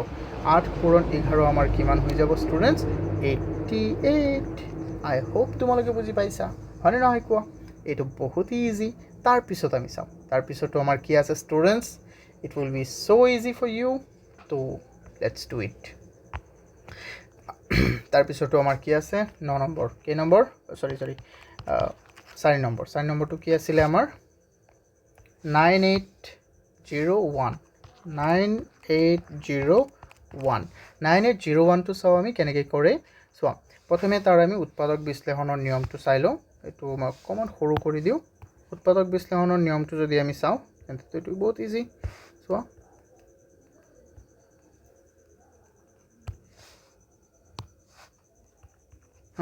উৎপাদক বিশ্লেষণৰ নিয়মটো মনত আছে হ'বলা তোমালোকৰ তো আমি লিখো 9801 তো এটো ইয়াত কিহেৰে দিবা হৰণ কোৱা লেঠা তোমালোকৰ ইয়াত নলগাবা কেতিয়াও যেহেতু এটো অযুগ্ম 3 ৰে হৰণ দিবা 3 ইয়াত কেইবাৰ যাব 3 9 যাব কেইবাৰ 3 যাব ইয়াত 3 বাৰ 8 যাব 2 বাৰ কিমান বাকি থাকিল 2 কাৰণ 8 টো মানে না যায় 6 যাব 2 বাৰ তো 2 বাকি থাকিল 20 20 যাব কেইবাৰ 9 6 গুণ 6 বাৰ যাব 18 আকৌ বাকি থাকিল 2 21 হৈ গ'ল 21 যাব 7 বাৰ আকৌ চোৱাচোন তুমি দিয়া কিহেৰে হৰণ 3 ৰে 3 আকৌ ইয়াত কেইবাৰ যাব 3 ইয়াত যাব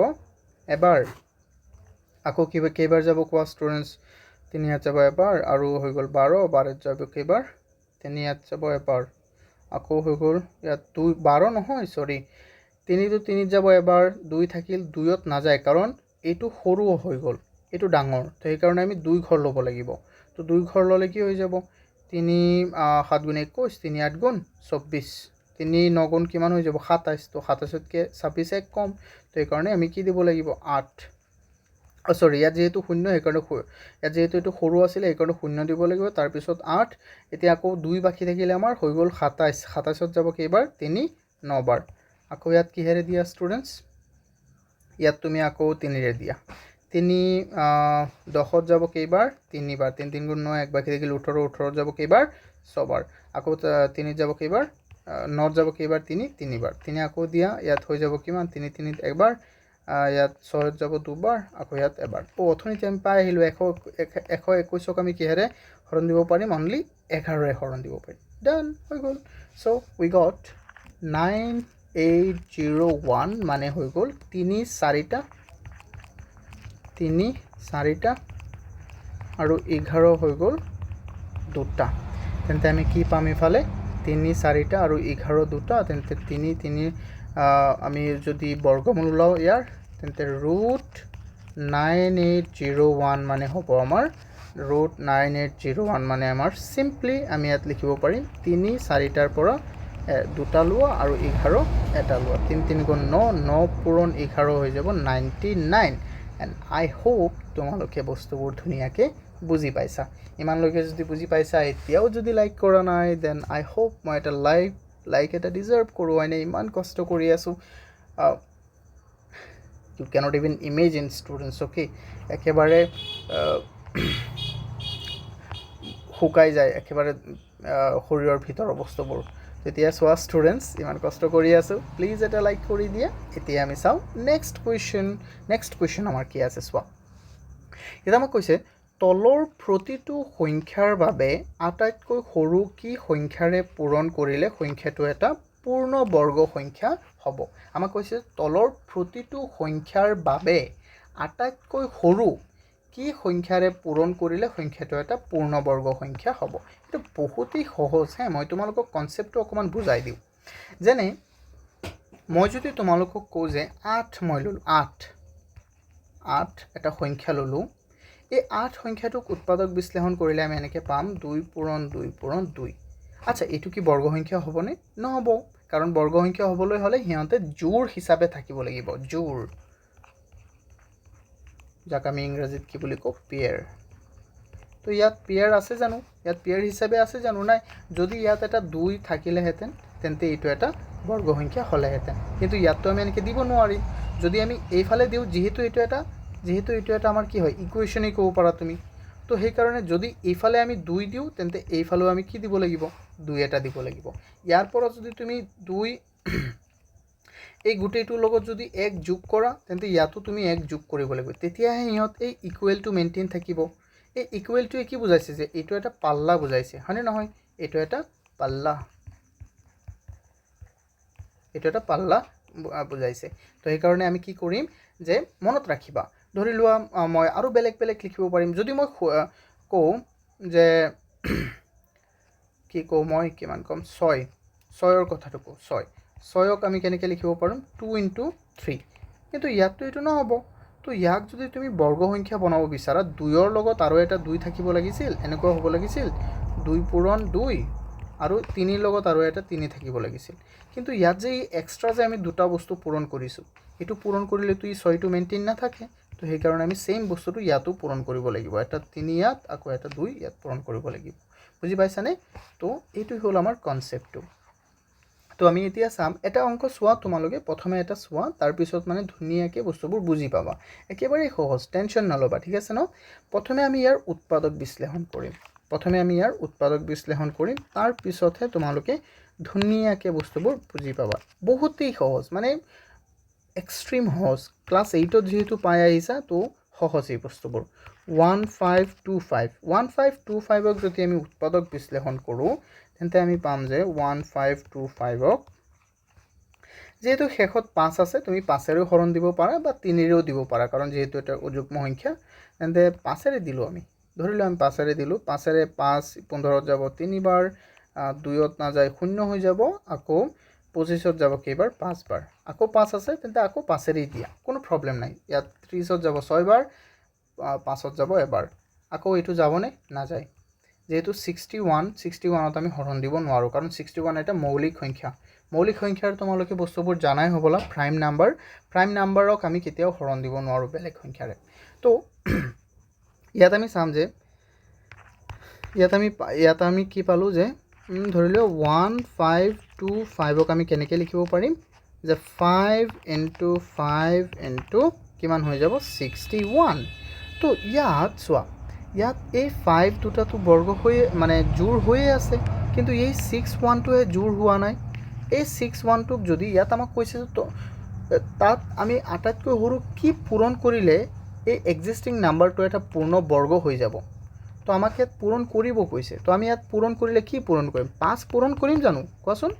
5 পূৰণ কৰিম জানো নাই 5টো আমি পূৰণ নকৰোঁ কাৰণ 5 অলৰেডি কি হৈ আছে ইহঁত জোৰ হিচাপত আছে তো আমি কি কৰিম আমি জানো যে জোৰ হিচাপত থাকিলেই ইহঁত পূৰ্ণবৰ্গ হ'ব তো যেহেতু ইয়াত জোৰ হিচাপে নাই কোন নাই এই 61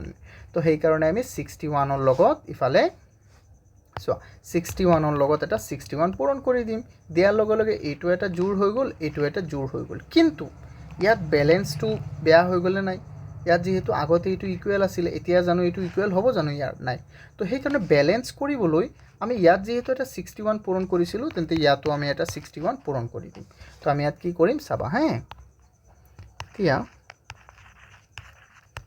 আমি কি কৰিম এনেকৈ লিখিবা এতিয়া মই ধুনীয়াকৈ লিখি দিওঁ এতিয়া শব্দটো এতিয়া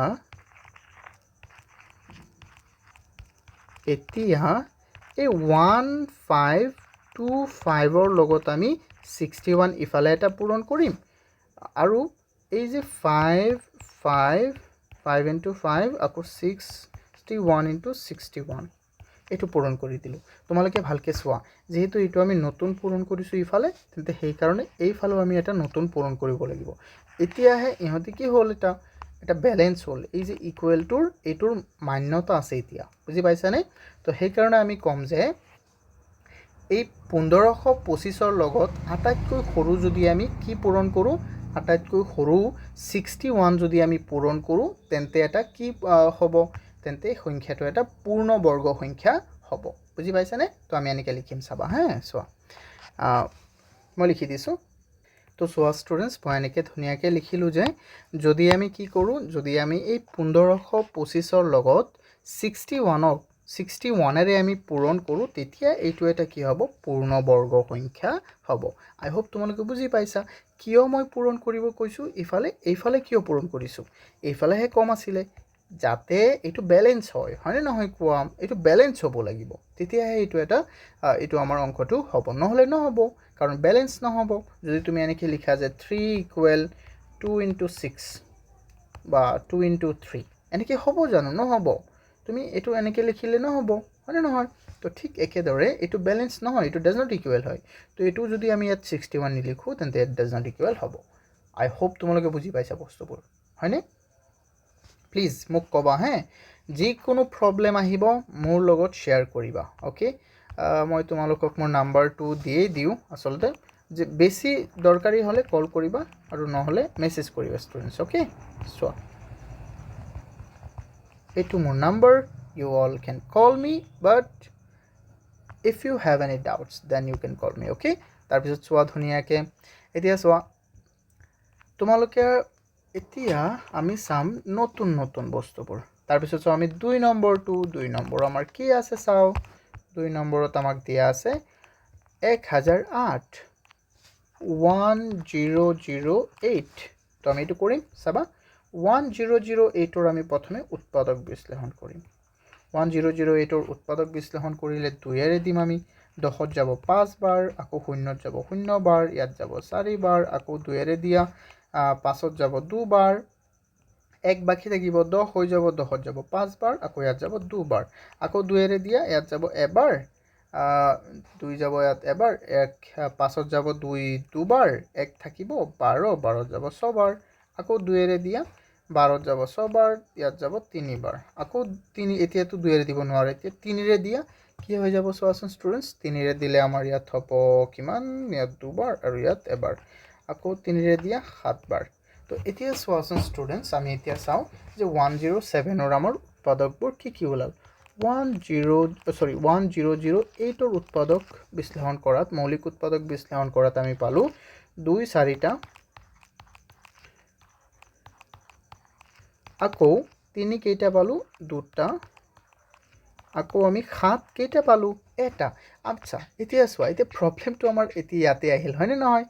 যে আমাৰ কাম আমি জানো যে বৰ্গ সংখ্যা হ'বলৈ সদায় জোড় হিচাপে থাকিব লাগিছিল এইটো এনেকৈ থাকিব লাগিছিল কিন্তু যেহেতু এইটো এটা বৰ্গ সংখ্যা নহয় সেইকাৰণে এইটো এনেকৈ নাথাকে তো ইয়াক যদি আমি বৰ্গ সংখ্যা বনাব বিচাৰোঁ তেন্তে ইয়াতো এইটো জোড় বনাব লাগিব তো ইয়াত যদি এটা 7 পূৰণ কৰা তেন্তেতো ইয়াতো এটা 7 পূৰণ কৰিব লাগিব হয়নে নহয় তো সেইটোই হ'ব কি আমাৰ উত্তৰ বুজি পাইছানে তো আমি এতিয়া কি কৰিম লিখিম এতিয়া এনেকৈ লিখিম ইফালে 7 এটা পূৰণ কৰিলে এইফালেও আমি 7 পূৰণ কৰিব লাগিব তো মনত ৰাখিবা 1008 into 7 ইকুৱেল কি হৈ যাব 2 into 2 into তোমালোকে এনেকৈও লিখি দিব পাৰিবা এই 2 কেইটা আছে ইয়াত 4টা 2 to the power 4 আকৌ 3 কেইটা আছে 3 আছে আমাৰ 2টা 3 স্কুৱেৰ যেহেতু 7 ইফালে এটা পূৰণ কৰিছোঁ আৰু এইফালেও এটা পূৰণ কৰিম তেন্তে 7 হৈ যাব 2টা তাত 7 স্কুৱেৰ এনেকৈও লিখিব পাৰিবা কাৰণ এইবোৰতো তোমালোকে পাই আহিছা ক্লাছ 8তেই ক্লাছ 9ততো পাইছা এইবিলাক বস্তু ক্লাছ 7তো পাই আহিছা অ' মাই গড so sad কিন্তু মই আছোঁ টেনশ্যন নেই লেনে কা ঠিক আছে না তো এতিয়া আমি কি লিখিম চাবা তো আমি এতিয়া ইয়াত লিখি দিম যে সেইকাৰণে আমি এনেকৈ লিখিম ইয়াত 1008ক কিহেৰে পূৰণ কৰিব লাগিব যেহেতু ইয়াত এক্সট্ৰা এটা 7 দিছোঁ 7 ইয়াত কেইটা আছিলে এটা কিন্তু ইয়াত আমি দিছোঁ দুটা মানে এক্সট্ৰা এটা দিয়া হ'ল নে নাই কোৱা ইফালে তো 7ৰে পূৰণ কৰিলে সংখ্যাটো এটা কি হ'ব আমাৰ বৰ্গ সংখ্যা হ'ব আই হোপ তোমালোকৰ ইয়াত কাৰো কোনো ডাউট নাই ডাউট থাকিবই নোৱাৰে ওকে ডাউটৰ কোনো জেগাই নাই আমাৰ ইয়াত অস্পিন একাডেমিত অস্পিন একাডেমি মিন্স ডাউট নাথাকে ইয়াত ওকে মনত ৰাখিবা তো মই এইটো আই হোপ তোমালোকে এইখিনি বুজি পাইছা তাৰপিছত মই এইটো কৰাই দিওঁ 3 নম্বৰটো কৰাই দিওঁ চোৱা তাৰপিছৰটো কি দিয়া আছে আমাক 2028 তো এতিয়া আমি 2028ৰ আমি উৎপাদক বিশ্লেষণ কৰিম 2ৰে দিয়া একবাৰ 0 যাব 0 বাৰ 2ৰে দিয়া একবাৰ ইয়াত যাব 4 বাৰ আকৌ 2ৰে দিয়া কি হৈ যাব কোৱা জলদি জলদি কোৱা ইয়াত হ'ব তোমাৰ 5 বাৰ আৰু ইয়াত যেহেতু 1 আছে মনত ৰাখিবা 1 আছে তো সেই কাৰণে ইয়াত 0 দিম কাৰণ 2 ডাঙৰ তে 14 হৈ গ'ল 14 যাব 7 বাৰ আকৌ দিয়া এতিয়াতো নাযায় এতিয়াতো কিহেৰে যাব এইটো তে 3ৰে যাব পাৰে যেহেতু এইটো অযুগ্ম তো সেই কাৰণে 3ৰে দি চাও আমি যায় নে নাই আৰু 3ৰে যায় নে নাই এইটোৰ এটা নিয়ম আছিলে এই অংককেইটাক যোগ কৰা 3ৰে হৰণ গ'লে এইটো হৰণ যাব 5 যোগ 0 যোগ 7 হৈ গ'ল 12 12ত 3 হৰণ যায় তো সেই কাৰণে এইটো হৰণ যাব হয়নে নহয় এইবিলাক কিমান নিয়ম আছে হয়নে তোমালোকে চাবা ডিভিজিবিলিটি ক্লাছ 8ৰ মই এনেকুৱা এটা ক্লাছ লৈছিলোঁ একেবাৰে শেষৰ চেপ্টাৰ 14 নে 16ত তোমালোকে চাবা এইটো ইউটিউবত দিয়া আছে তো 5ত কেইবাৰ যাব 3 এবাৰ 2 বাকি দেখিব 20 হৈ গ'ল 20ত যাব কেইবাৰ 6 বাৰ 6 3 গুণ 18 আকৌ 2 থাকি গ'ল 27 27ত যাব কেইবাৰ 9 বাৰ আৰু তোমালোকে যদি জানা তেন্তে এইটো ক'বা যে স্যাৰ 13 পূৰণ 13 হৈ গ'ল আমাৰ 169 তো এইটো মুখস্থ কৰিব লাগে এই কাৰণে 1ৰ পৰা 20 লৈকে তো ইয়াত আমি কি পালো যে 2028 ইকুৱেল মানে কি হয় এইটো হৈ গ'ল আমাৰ 2 দুটা 3 ইফালে এটা আৰু 13 এটা তো ইয়াত মুস্কিল কোনে কৰি আছে কোৱাচোন ইয়াত প্ৰবলেম কোনে জগাই আছে এই 3 এটাই আৰু এই 13 এটাই হয়নে নহয় কোৱা 3 আৰু 13 কি কৰিছে প্ৰবলেম কৰিছে ইয়াত তো আমি কি কৰিম এই 3ৰ লগত আৰু এটা 3 যদি পূৰণ কৰি দিয়া আকৌ এই 13ৰ লগত যদি আৰু এটা 13 পূৰণ কৰি দিয়া তেন্তে এইটো কি হ'ব এইটো জোৰ হ'ব 3টো জোৰ হ'ব 13টো জোৰ হ'ব কিন্তু ইয়াত আমি নতুন দুটা সংখ্যা পূৰণ কৰিছো না নাই এটা পূৰণ কৰিছো 3 আৰু এটা 13 তেন্তে এই 13 পূৰণ 3 কিমান হৈ যাব 3 3 গুণ 9 9 3 গুণ 3 গুণ 3 তো এইটো হৈ যাব আমাৰ কিমান 39 তো 39 এটা আমি এক্সট্ৰা পূৰণ কৰি আছো না নাই ইফালে তো যেহেতু আমি 39 এটা এক্সট্ৰা ইফালে পূৰণ কৰি আছো তো সেই কাৰণে আমি কি কৰিব লাগিব সেম এই জায়গাটোৰ লগত চোৱা সেম ইয়াতো আমি 39 এটা পূৰণ কৰিব লাগিব বুজি পাইছা ষ্টুডেন্টস তোমালোকে টেনশন নলবা বুজি পাইছানে টেনশন যদি লোৱা তেন্তেই মানে বুজি নাপাবা আৰু টেনশন ষ্টুডেন্টস 1 সেকেন্ড 13 ইয়াতো দুটা আছে মই কিয় কৈ আছো এটা I'm so sorry students 13 ইয়াত কেইটা আছে দুটা হয়নে নহয় 13 ইয়াত দুটা আছে sometimes it's happen I'm so sorry এতিয়া চোৱা ইয়াতো 13 কেইটা আছে 13 দুটা আছে তেন্তে মুস্কিল কাৰ লগত মানে প্ৰবলেমটো কাৰ লগত হৈ আছে 3 ৰ লগত তেন্তে 3 ইয়াত এটা আছে 3 যদি আৰু এটা ইয়াত আমি পূৰণ কৰি দিও কাৰো কিবা প্ৰবলেম হ'ব নহব কিন্তু ই ক'ব যে আচ্ছা তুমি যে ইয়াত পূৰণ কৰিছা মোৰ লগতো কিবা এটা পূৰণ কৰা হয়নে নহয় যুক্তি আছে কথাটো তো আমি ইফালেও 3 পূৰণ কৰিম আৰু হেতু হ'ব আমাৰ আনসাৰ তো আমি এনেকৈ লিখিম এতিয়া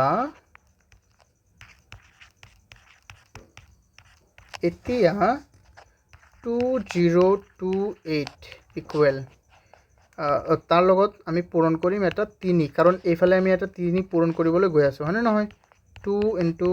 2 into 3 into 3 into 13 into মই এইটো অকমান ইফালে লিখি দিওঁ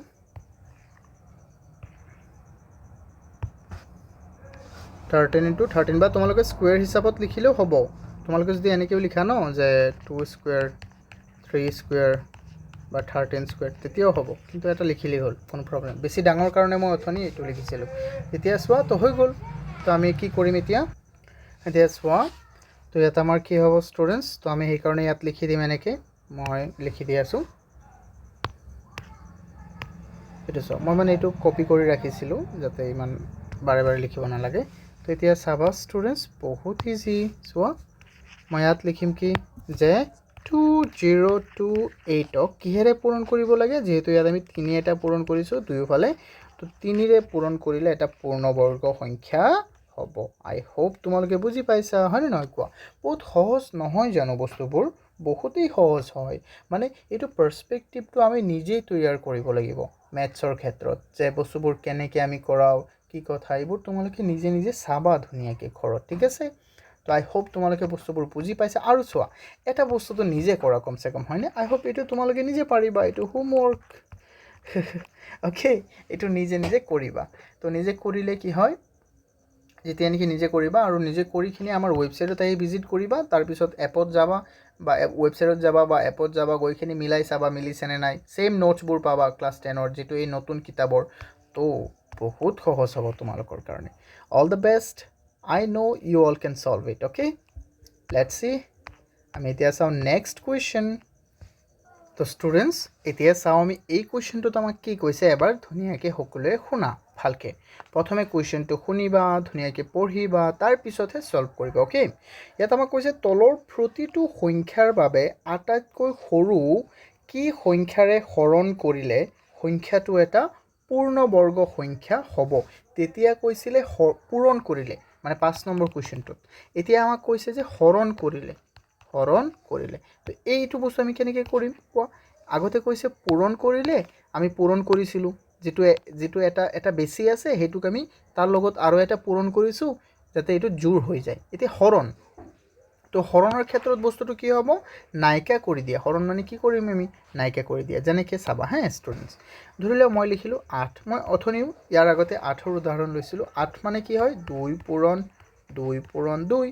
তো যদি পূৰণৰ কথা ক'লেহেঁতেন তেন্তে ইয়াত আমি ইফালে এটা 2 পূৰণ কৰিলোহেঁতেন ইফালে এটা 2 পূৰণ কৰিলোহেঁতেন এইটো এটা জোৰ হৈ গ'ল এইটো এটা জোৰ হৈ গ'ল তো ইয়াত যেহেতু হৰণৰ কথা কৈছে হৰণ মানে কি ডিসএপিয়াৰ কৰি দিয়া ইয়াৰ পৰা নাইকা কৰি দিয়া চাবা পূৰ্ণবৰ্গ হৈ যাব এতিয়া ইয়াৰ পৰা যদি এইখিনি আমি নাইকা কৰি দিওঁ তো এইটো এটা পূৰ্ণবৰ্গ হৈ গ'ল 2 2 4 হয়নে নহয় তো ইফালৰ মানে এইটো নাইকা আকৌ কেনেকৈ কৰিম যদি ইয়াৰ লগত তুমি 2 এটা হৰণ কৰি দিয়া এতিয়া এইফালে যদি যেহেতু মই কৈছোঁ যে এইটো এটা পাল্লা মই অথনি কৈছিলোঁ এইটো এটা পাল্লা এইটো ভাগ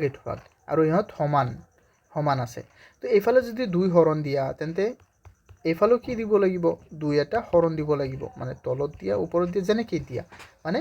তেনেকৈ কৰিম অ'কে আই হোপ তোমালোকে বেছিক বস্তুটো বুজি পাইছা মই এটা কৰাই দিওঁ তেতিয়া তোমালোকৰ আৰু ক্লিয়াৰ হৈ যাব বস্তুবোৰ অ'কে তো চোৱা প্ৰথমটো আমি সলিউশন লিখো সলিউশন তাৰপিছত আমাক 1 নম্বৰ কি দিয়া আছে আমি চাও এবাৰ 1 নম্বৰটো আমাক দিয়া আছে 468 তো 468 টো আমি কি কৰিম সলভ কৰিম এতিয়া কেনেকৈ আমি কৰিম চোৱা প্ৰথম নিয়মটো কি আছিল তাৰ উৎপাদক বিশ্লেষণ কৰিব লাগিব ওকে মৌলিক উৎপাদক বিশ্লেষণ কৰো আমি তো মৌলিক উৎপাদক বিশ্লেষণ কৰাৰ লগে লগে আমি পাম যে ইয়াত 2 এৰে হৰণ দিম 4 দুবাৰ যাব 4 তিনিবাৰ ইয়াত যাব 4 বাৰ আকৌ 2 এৰে দিম এবাৰ দুবাৰ না দুবাৰ নহয় আকৌ এবাৰ এক বাকি থাকিব 14 যাব 7 বাৰ 117 117 তো 2 না যায় 3 যায় নে নাই আমি চাও যেহেতু ইয়াৰ যোগফল 9 তেন্তে 3 এৰে যাব 3 11 যাব কেইবাৰ 11 যাব 3 বাৰ যাব 4 বাৰ গলে তো 12 হলেহেঁতেন তো 12 তো ইয়াত নাই তো ইয়াত 2 বাকি থাকিব 27 27 যাব কেইবাৰ 9 বাৰ আকৌ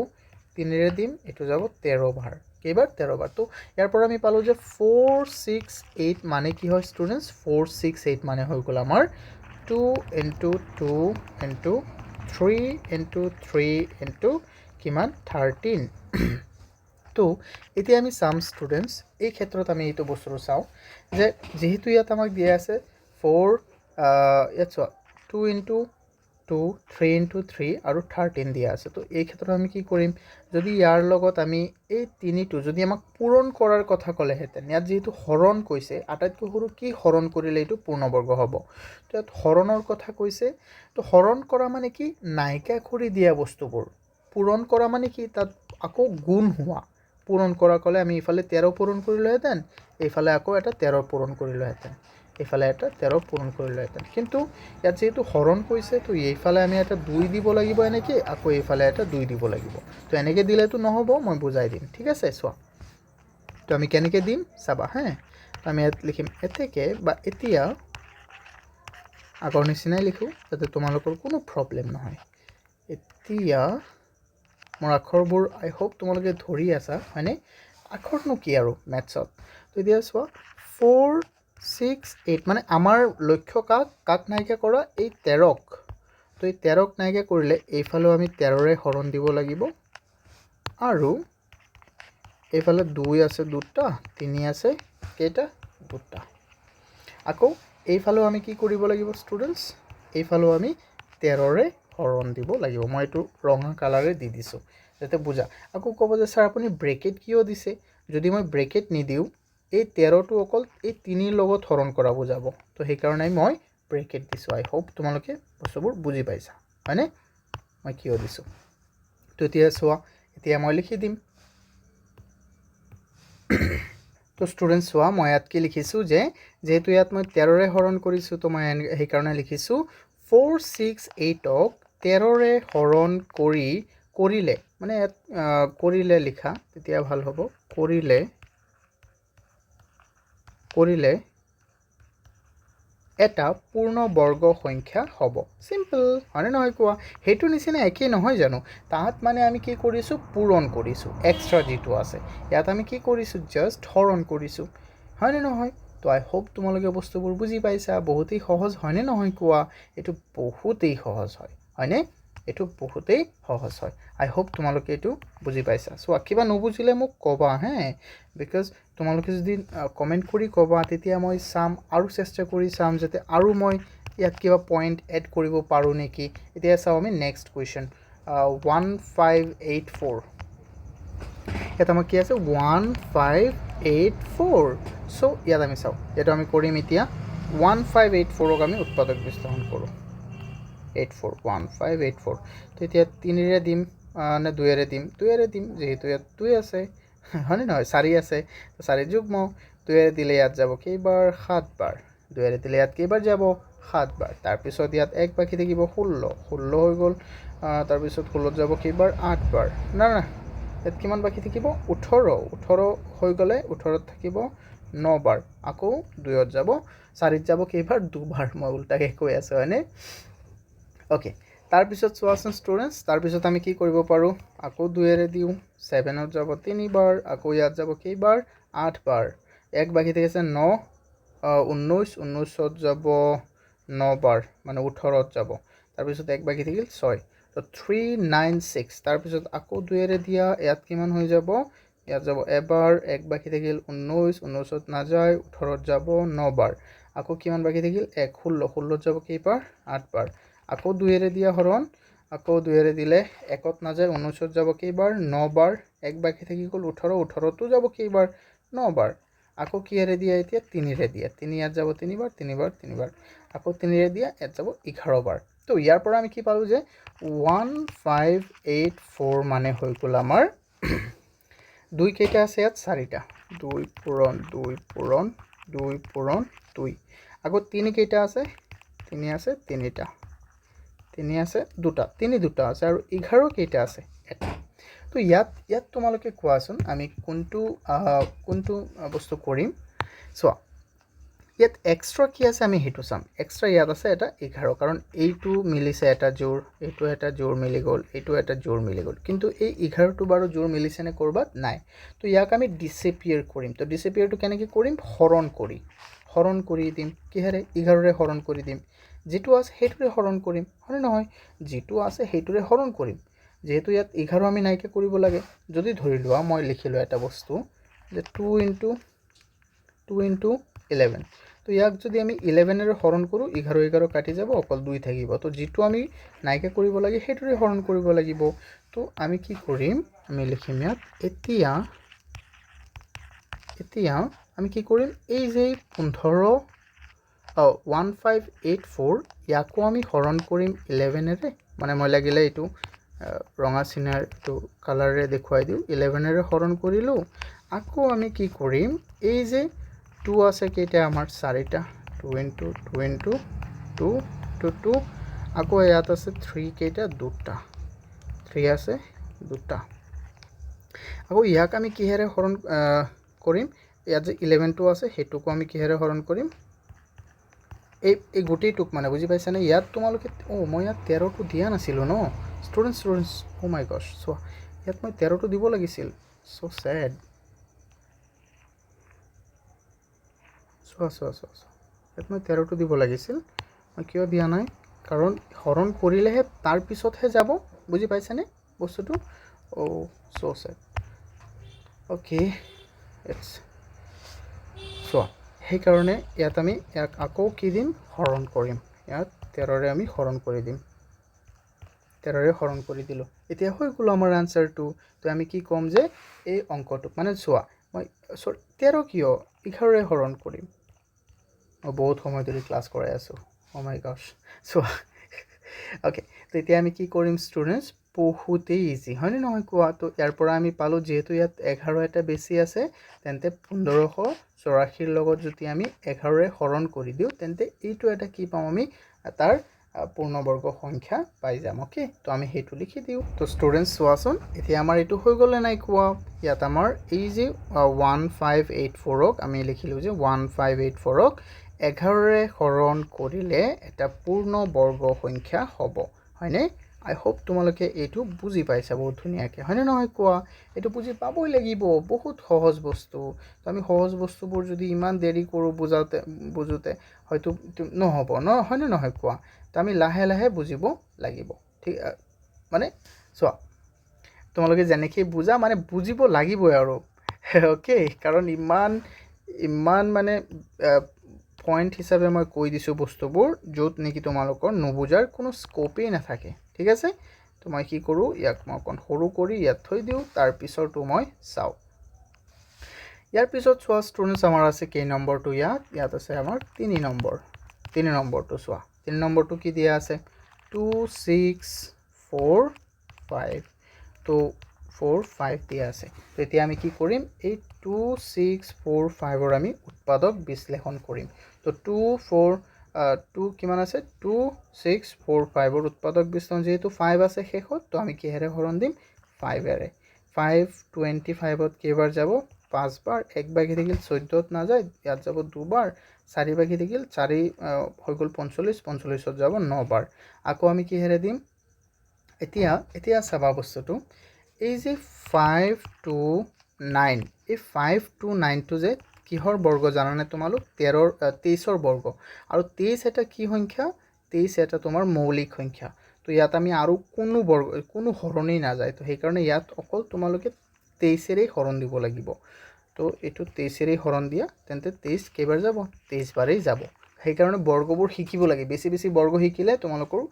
সময় কমিব যিকোনো অংক কৰোঁতে তো 2 6 4 5 ইকুৱেল আমাৰ কিমান হ'ব কি পালোঁ 5 into 2 3 আকৌ 2 3 এইটো পালোঁ হয়নে নহয় কোৱা ষ্টুডেণ্টছ তাৰপিছত আমি চাওঁ যে আমি ইয়াত লিখিম এতিয়া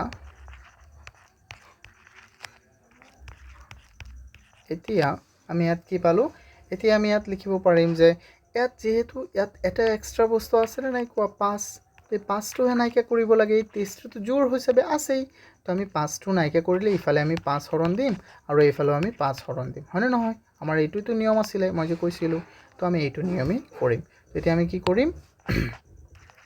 2 6 4 5ৰ লগত আমি কি কৰিম হৰণ দিম হৰণ কি দিম কোৱা ইফালে যেহেতু 5 বেছি আছে তেন্তে 5 এটা হৰণ দিম আৰু তাৰপিছত মই ইকুৱেল লিখি এইটো ব্ৰেকেট লিখিলোঁ 5টো ইনক্লুড কৰি লিখিবা আকৌ বুজি পাইছানে চোৱা 2 3 এনেকৈ লিখিখিনি আকৌ ইয়াক হৰণ দিবা কিহেৰে আকৌ ইয়াক তুমি হৰণ দিবা 5এৰে হৰণ দিবা মানে চোৱা ইয়াতো 5 হৰণ হৈ আছে আকৌ ইয়াতো 5 হৰণ হৈছে ইয়াত 5টো হৰণ হোৱাৰ লগে লগে এইটো 5 গুচি যাব হয়নে নহয় তো হৈ গ'ল আমাৰ তেন্তে তো আমি ইয়াত কি ক'ব পাৰিম চোৱা ষ্টুডেণ্টছ নাও আমি ইয়াত লিখিব পাৰিম যে এইটো যে 2 6 4 5ক আমি আটাইতকৈ সৰু 5এৰে হৰণ কৰিলে সংখ্যাটো এটা বৰ্গ সংখ্যা হ'ব তো চোৱা ষ্টুডেণ্টছ মই এনেকৈ লিখিলোঁ যে 2 6 4 5ক যদি আমি 5এৰে হৰণ কৰোঁ বা তেতিয়া আমি কি পাম এইটো এটা পূৰ্ণবৰ্গ হিচাপে আমি পাম অ'কে ষ্টুডেণ্টছ আই হোপ তোমালোকে এইখিনি বুজি পাইছা আই হোপ তোমালোকে এইখিনি ধুনীয়াকৈ লিখিবও পাৰিবা অ'কে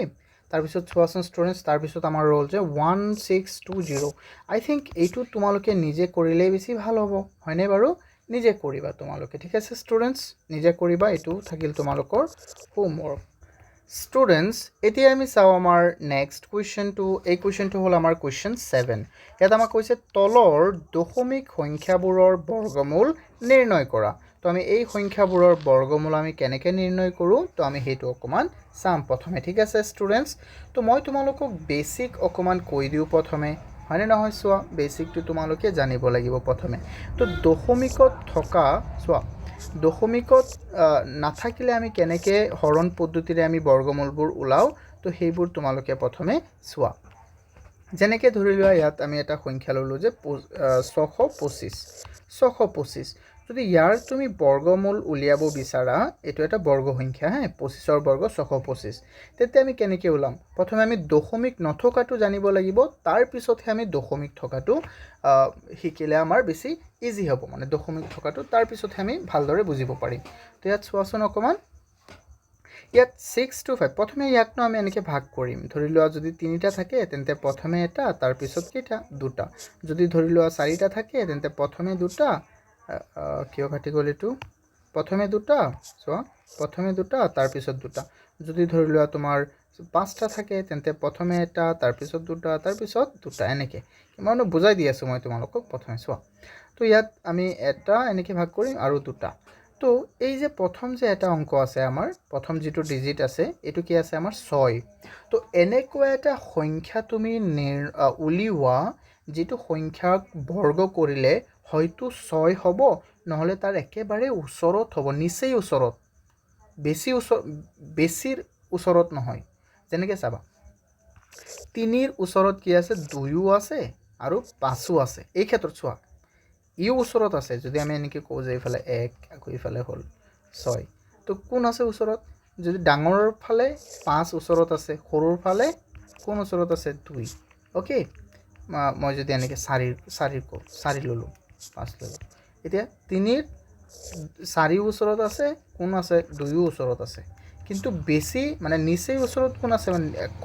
কমৰ ফালে ওচৰত কোন আছে 2 আছে তো আমি তেনেকৈ ল'ব লাগিব এতিয়া আমি চাওঁ 1ৰ বৰ্গ 1 2ৰ বৰ্গ 4 3ৰ বৰ্গ 9 তো 9টো আমি ল'ব নোৱাৰিম কাৰণ 9টো 6তকৈ ডাঙৰ হৈ যাব তো সেইকাৰণে আমি কি ল'ম 2 কাৰণ 2ৰ বৰ্গটো কি হয় 4 আৰু 4টো 6ৰ সৰুৰ ওচৰত মানে সৰু ফালৰ পৰা ওচৰত আই হোপ কেনেকৈ তোমালোকে বুজি পাইছানে নাই কোৱাচোন তো এতিয়া চোৱা তো সেইকাৰণে আমি 2 ল'ম আকৌ 2 আকৌ ইয়াত যদি 2 দিয়া তেন্তে ওপৰতো কি দিব লাগিব 2 তো 2 দুগুণ কিমান হৈ গ'ল 4 তেন্তে ইফালে এটা আকৌ চিহ্ন দিয়া নেকি এটা লাইন দিয়া তো ইয়াত যে 2 আৰু 2 যি বহাইছা ন 2 দুগুণ কিমান 2 বহাইছানে নাই কোৱা তেন্তে ইয়াতো তুমি বহাই দিয়া কিমান এই দুটা বস্তু যোগ কৰা 2 যোগ 2 কিমান হৈ গ'ল 4টো ইয়াত বহোৱা তো ইয়াত আমাৰ কিমান থাকি যাব 6ৰ পৰা 4 গুচি গ'লে থাকিব 2 আকৌ ইফালে তুমি এইটো নমাই আনা 2 এই দুটা বস্তু নমাই আনা 2 আৰু 5 তো ইয়াত এনেকুৱা এটা অংক তুমি বহাবা ইয়াত এনেকুৱা এটা মানে ইয়াত যিটো অংক বহাবা ইয়াতো সেইটো সেম অংক তুমি বহাব লাগিব বুজি পাইছানে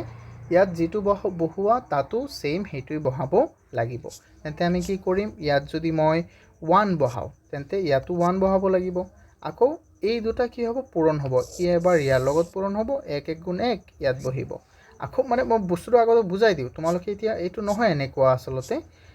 মই কেনেকৈ কম কোৱাচোন তোমালোকক আচ্ছা আৰু এটা মই আইডিয়া ক'ম ইয়াত তোমালোকে যি বহু সবচে ইজি ৱেটো কি হ'ব যেনেকৈ ইয়াত আছে আমাৰ 5 হয়নে তো এনেকুৱা এটা বৰ্গ সংখ্যা উলিওৱা যাৰ বৰ্গৰ শেষত কি হয় 5 হয় কোৱাচোন কি আছে আমি ক'ম যে ছাৰ এইটো হ'ল এটা আছে 5 আনটো কি আছে 5 আছে আৰু তাৰপিছত আমি ক'ব পাৰিম যে 5 আছে আৰু 15 আছে 25 আছে এনেকৈ ক'ব পাৰিম কিন্তু ইয়াততো আমাৰ এটাহে অংক বহাব পাৰিম তেন্তে আমাৰ আনচাৰটো কি হ'ব 5 আমি 5এই বহাম বুজি পাইছানে মানে ইয়াত 5 বহালে ইয়াতো 5এই বহাব লাগিব তাৰপিছত চাবা এতিয়া এই 5ক তুমি পূৰণ কৰা এই 5ক তুমি এবাৰ ইয়াৰ লগত পূৰণ কৰা 5ৰ লগত আকৌ এইটো 2ৰ লগত পূৰণ কৰা পূৰণ কৰি কিনে ইয়াত বহাবা চাবা হ্যাঁ কেনেকৈ মানে ইয়াত চোৱা ধৰি লোৱা তুমি ইমেজিন কৰা ওপৰত আছে 25 আৰু তলত আছে 5 তো এনেকৈ কৰিবা মানে তো 5 5 গুণ 25 25ৰ 5 5 5 2 গুণ কিমান 10 এইটো অকমান বেলেগ মেথডটো তোমালোকক মই আৰু বেলেগ এটা মেথড দেখুৱাই দিওঁ চোৱা তোমালোকে কি কৰিবা এই 5টোক যে এই 45ৰ লগত পূৰণ কৰিবা হ্যাঁ তেতিয়া বেষ্ট হ'ব 45 * 5 চাবা 5 5 গুণ 25ৰ 5 5 4 গুণ 20 যোগ 2 কিমান হৈ যাব 22 বুজি পাইছানে তো সেইকাৰণে ইয়াত চোৱা 5 5 গুণ 25 এই 5টো এবাৰ এই 5ৰ লগত পূৰণ কৰা 5 5 গুণ 25 25ৰ 5 বহিল 2 থাকি গ'ল আকৌ এই 5টোকেই 4ৰ লগত পূৰণ কৰা 5 4 গুণ কিমান হৈ গ'ল 20 20ৰ কি হৈ গ'ল 20 যোগ 2 22 হৈ গ'ল তো আমাৰ থাকি গ'ল 0 তো আমাৰ আনসাৰটো হ'ব এইটো চোৱা এইটো হৈ গ'ল আমাৰ বৰ্গমূল তো আমি ইয়াৰ পৰা কি পালো যে √625 ইকুৱেল আমাৰ কি হ'ব 625 ইকুৱেল হ'ব আমাৰ 25 √625 ইকুৱেল 25 তো এইটো হ'ল আমাৰ দশমিক এৰিখিনি মই তোমালোকক বুজাই দিছোঁ তো দশমিক লৈখিনি কেনেকৈ বুজাই দিয়ে মই সেইটো এতিয়া কৰি দিম চাবা দশমিক লৈ মই এতিয়া কৰি দি আছোঁ তোমালোকে টেনশ্যন নল'বা জাষ্ট টেনশ্যন নেই কাটিকে না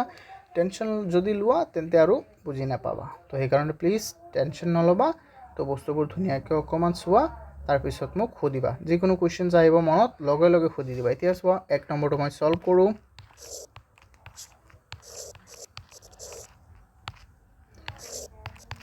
12.25 তো এতিয়া ইয়াত মই লিখিম এনেকৈ 12.25 এনেকৈ লিখিলা হয়নে তো প্ৰথমে চাবা তুমি ইয়াত কি দিয়া আছে চোৱা মই যে কৈছিলোঁ যে প্ৰথমে তিনিটা থাকিলে প্ৰথমে এটা তাৰপিছত দুটা ইয়াত যেহেতু চাৰিটা আছে প্ৰথমে মনে মনে আমি এইটো চিহ্ন দিব নালাগে মনে মনে লোৱা দুটা তাৰপিছত মনে মনে লোৱা দুটা তো এই প্ৰথম দুটাক ইয়াত কি আছে আমাৰ 12 তো এনেকুৱা এটা সংখ্যা উলিওৱা যেটো সংখ্যাক বৰ্গ কৰিলে হয়তো 12 হ'ব কিন্তু 12ত নহলে 12তকৈ তলত সমান হ'ব মানে বুজি পাইছানে কমত সমান হ'ব তো কি আছে এইটো আমি চাও 1ৰ বৰ্গ 1 2ৰ বৰ্গ 4 3ৰ বৰ্গ 9 4ৰ বৰ্গ 16 16 তো নহব 12 সৰু হৈ যাব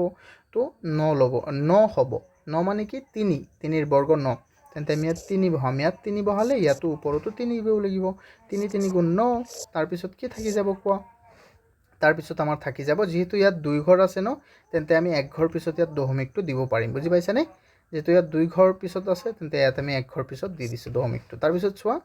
ষ্টুডেন্টস বহুত ইজি হ্যাঁ বহুত ইজি তাৰপিছত চোৱা আমাৰ কি থাকিব ইয়াত 3 যোগ 3 কিমান হৈ যাব 6 6টো ইয়াত বহাই দিয়া তো ইয়াত কি থাকি যাব ইয়াত থাকি যাব 4 আৰু দশমিকটো লিখিব নালাগে ইয়াত আৰু 2 আৰু 5 তো ইয়াত তুমি হেতু অংকই বহাবা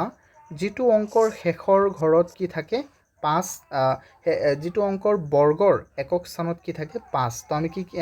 কি আছে মইতো অথনি ক'লোই 5ৰ টোৰ কি থাকিব 5 থাকিব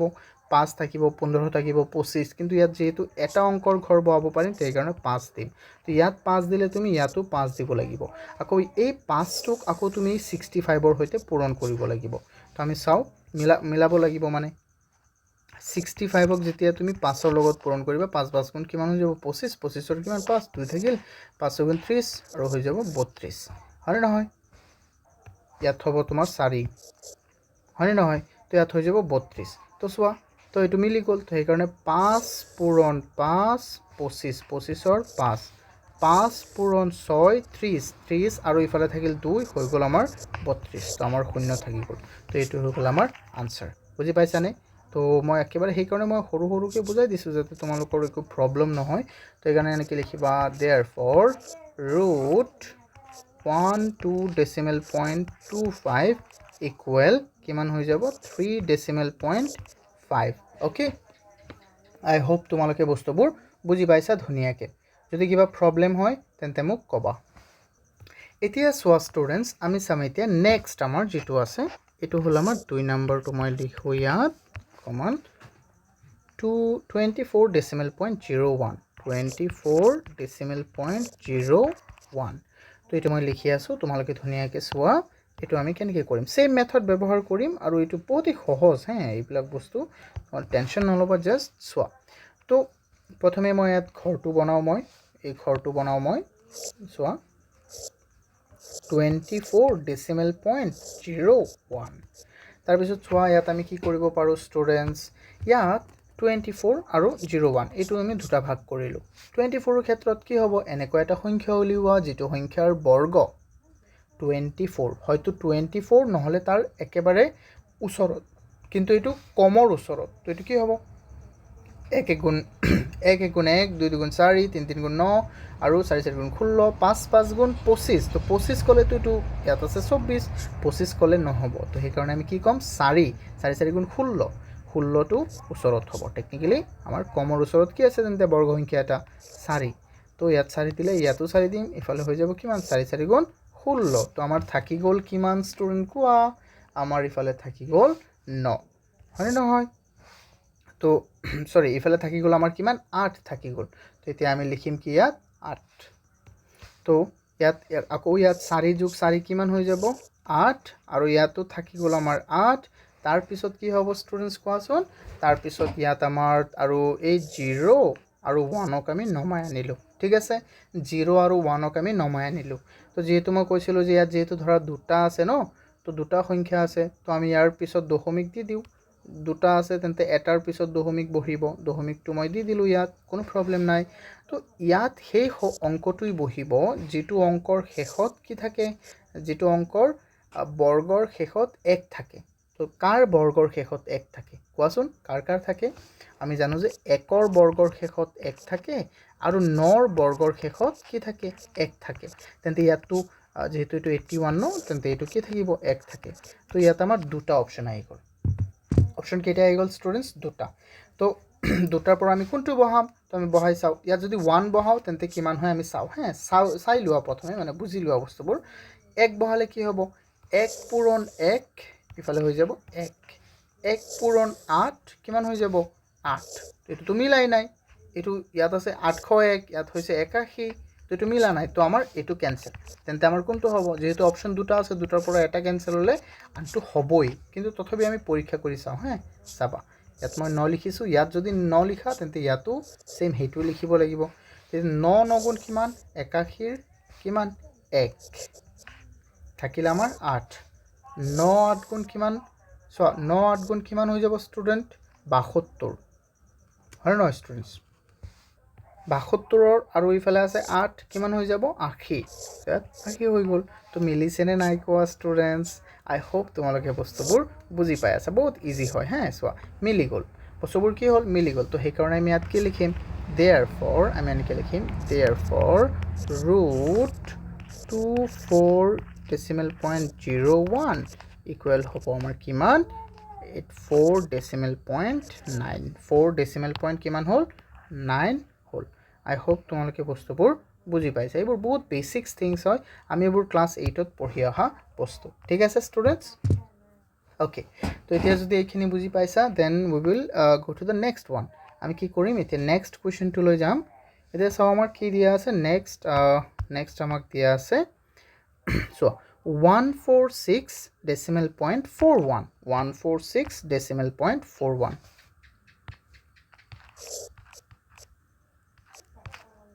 3 নম্বৰ এইটো 146.41 এইটো দিয়া আছে আমাক তো এইটো আমি কৰিম আমি প্ৰসেসৰ লৈ যাও আমি কেনেকৈ কৰিব লাগে চোৱা ষ্টুডেণ্টছ মনত আছে নে নাই তোমালোকৰ 146.41 তো কাম কি আছিল যে প্ৰথমে যেহেতু ইয়াত পাঁচটা আছে প্ৰথমে মনে মনে এটা লবা তাৰ পিছত দুটা তাৰ পিছত আৰু দুটা যদি ছটা থাকে তেন্তে প্ৰথমে দুটা তাৰ পিছত দুটা আৰু তাৰ পিছত দুটা ওকে তো ইয়াত আছে প্ৰথমে দুটা এটা আছে ন তো ইয়াত এটা কি আছে 1 তো এনেকুৱা এটা সংখ্যা উলিওৱা যেটো সংখ্যাৰ বৰ্গৰ একক বৰ্গ কি হয় হয়তো 1 হয় নহলে একতকৈ কম হয় এটো কি আছে হেতু হল আমাৰ 1ৰ বৰ্গ 1 তো এটো মিলি গ'ল তো আমি সেই কাৰণে ইয়াত 1 বহাম আৰু ইয়াতো কি বহাম 1 বহাম 1 1 গুণ কিমান হৈ যাব 1 আৰু কি থাকি যাব কোৱা 1 1 গুণ 1 ইফালে থাকি গ'ল আৰু থাকি গ'ল আমাৰ শূন্য শূন্য নেলিখিলেও হ'ব বুজি পাইছানে শূন্য নেলিখিলেও হ'ব তো ইয়াত আকৌ 1 যোগ 1 কিমান হৈ গ'ল 2 1 যোগ 1 হৈ গ'ল আমাৰ 2 তো ইফালে থাকি গ'ল কি আমাৰ কোৱা এফালে থাকি গ'ল, তোমালোকে 0 লিখিলেও হ'ব নিলিখিলেও হ'ব। এফালে থাকি গ'ল আমাৰ 4 6। এতিয়া আমি প্ৰথমে দুটাই নমাই আনো। তো এতিয়া আমি প্ৰথমে দুটা নমাই আনিছোঁ, এতিয়া 4 6 হৈ গ'ল। তো এতিয়া অকণমান সেইটোতকৈ বেলেগ হ'ব, কাৰণ এইটো চোৱা ষ্টেপটো বাঢ়ি গৈ আছেনে নাই কোৱা? ষ্টেপটো যিমান বাঢ়ি যাব ইমান আমাৰো ইয়াতো চোৱা, ইয়াত আছিলে আমাৰ অংক, ইয়াত আছিলে 4টা, ইয়াৰ আগতে আছিলে 3টা, কিন্তু ইয়াত হৈ গ'ল 5টা। মানে 4টালৈকে আমি সহজে আৰু কৰিব পাৰোঁ, কিন্তু 3টা ধৰা হৈ গ'ল, 5টা হৈ গ'ল ন, তো সেইকাৰণে আমাৰ ইয়াতো ষ্টেপ বাঢ়িব এটা। তো ইয়াত আমি কি কৰিম, ইয়াত আগতে যে কৈছিলোঁ মই, ইয়াত যিহেতু ধৰা 6 আছে, মই কৈছিলোঁ ইয়াত যি বহোৱা ইয়াতো তাত বহা, এইটো ছেইম বহাবা। কিন্তু ইয়াত এটা কথা আছে, ইয়াত যিহেতু 6 আছে, তেন্তে আমি এনেকুৱা এটা সংখ্যা নোলাওঁ যিটো সংখ্যাৰ বৰ্গৰ একক স্থানত 6 ওলায়। তেনেকৈ আমি নোলাওঁ। আমি কি কৰিম, অকণমান চাম যে ইয়াত তুমি কি দিবা। ইয়াত যি দিয়া ইয়াতো সেইটোৱেই দিব লাগিব, হয় নহয়? ইয়াত যদি 1 দিয়া তেন্তে ইয়াতো যদি 2 দিয়া ইয়াতো 2 দিব লাগিব। তো এনেকুৱা এটা সংখ্যা এই দুয়োটা জেগাত বহোৱা যাতে এই 46ৰ ওচৰত হয়। 46ৰ কি হয়? ওচৰত। 46টো যাতে বেছি নহয়, মানে ভালদৰে বস্তু বুজা। ধৰি লোৱা মই এনেকুৱা এটা সংখ্যা ল'লোঁ যে ইয়াত যদি মই 1 লওঁ তেন্তে ইয়াতো 1 ল'ব লাগিব, তেন্তে এই 1 আৰু এই 21ক পূৰণ কৰিব লাগিব। বা মই যদি ইয়াত কি লওঁ, 3 লওঁ, তেন্তে ইয়াতো 3 ল'ব লাগিব, তেন্তে এই 3 আৰু এই 23ক পূৰণ কৰিব লাগিব। আকৌ যদি মই ইয়াত কি লওঁ, 5 লওঁ, তেন্তে এই আকৌ ইয়াতো 5 ল'ব লাগিব, তেন্তে এইটো পূৰণ কৰিব লাগে। আমি পূৰণ কৰি চাওঁ। ধৰি লোৱা মই ইয়াত ল'লোঁ প্ৰথমে 1 ল'লে কিমান হ'ব? 1 পূৰণ 1 21, চোৱা ভালকৈ চোৱা, ইয়াত 1 পূৰণ 1 কিমান হৈ যাব? 1ৰ মই বহালোঁ 1। আকৌ 1 পূৰণ 2 কিমান হৈ যাব? 2, হয়নে নহয় কোৱা? এইটো হৈ গ'ল। তো এইটো হৈ গ'ল 21, 46 আৰু ইফালে হৈ গ'ল 21। কিন্তু যদি 2 বহালোহেঁতেন, তো 2 আৰু ইয়াতো 2 বহাম, 2 দুগুণ হৈ যাব আমাৰ কিমান? 4। 2 দুগুণ হৈ যাব আমাৰ 4। বুজি পাইছানে? তো 21টো বেছি কম আছিলে, কিন্তু 2 বহোৱাৰ লগে লগে আমাৰ হৈ গ'ল কি 44। 44 টো 46ৰ একেবাৰেই ওচৰত হয়। বুজি পাইছানে ষ্টুডেণ্টছ? 44 টো 46ৰ কি হয়? একেবাৰে ওচৰত হয়। এতিয়া আমি কি কৰিম, এইখিনি হৈ গ'ল আমাৰ। এতিয়া আমি এইটো কিমান ইয়াত বাকী থাকিল কোৱাচোন? ইয়াত বাকী থাকিলে আমাৰ মাত্ৰ 2, আৰু এইখিনি এতিয়া নমাই আনা, আৰু এই দুটা নমাই আনা। এতিয়া ইয়াত আমাৰ থাকি গ'ল 41। তো এতিয়া কি কৰিবা, এতিয়া যে আগতে কি কৈছে, আগতে এই 2টো কেনেকৈ বহিছিল? এই দুটা অংক যোগ হৈ। এতিয়া কি কৰিবা, যেতিয়া এইটো নমাই আনিবা তাৰ একক স্থানত, ইয়াৰ একক স্থানত কি আছে? 2 ন, তো 2টো ডাবল হৈ যাব। যেতিয়া নেকি ইয়াৰ একক স্থানত 2টো ডাবল হৈ যাব, এতিয়া কি হৈ যাব? 24 হৈ যাব। 22, তেন্তে তাৰ একক স্থানত আছে 2, 2টো ডাবল হৈ গ'লে কি হৈ যাব? 24 হৈ যাব, হয়নে নহয়? এতিয়া ইয়াৰ নিচিনা এই যে এই অংকটোৰ নিচিনা, এই অংকটোৰ নিচিনা ছেইম হ'ব এতিয়া। চাবা, ইয়াতো যিমান বহোৱা ইয়াতো সিমানেই বহাব লাগিব। আকৌ এটা কথা শুনা, ইয়াত 3টা ঘৰৰ পিছত দশমিক, তো আমাৰ অলৰেডি 2টা হ'ল, তেন্তে 2টাৰ পিছত আমি দশমিকটো দি দিব লাগিব। তাৰপিছত ইয়াত যদি 1 বহোৱা তেন্তে ইয়াতো 1 বহাবা, আৰু 1 বহালেতো হৈয়ে যাব, কাৰণ চোৱাচোন ইয়াতো আছে 241, ইয়াতো আছে 241, এইটো হ'বই। 2টো বহাবই নালাগে, 2 বহালে বহুত বেছি হৈ যাব, হয়নে নহয়? তো আমি 1 বহাম। চাবা কেনেকৈ মিলি যাব। 1 পূৰণ 1 1, 1 পূৰণ 4 4, আকৌ এই 1 পূৰণ 2 কিমান হৈ যাব? 2। তো আমাৰ হৈ গ'ল 241। বুজি পাইছানে বস্তুটো কেনেকৈ হ'ল? অ'কে, তো 0। আমি কি ক'ব পাৰিম? therefore √24.01 মানে কিমান আছে? এইটো সদায় ৰুটটো তাৰ আগলৈকে থাকিব লাগিব, আৰু নহ'লে নহ'ব। তো এইটো কিমান হৈ গ'ল? 12.1। ষ্টুডেণ্টছ, তাৰপিছত আৰু কি আছে আমি চাওঁ। অ'কে, তাৰপিছত আছে আমাৰ 102.01। তো এইটো তোমালোকে নিজে কৰিবা, আই হোপ।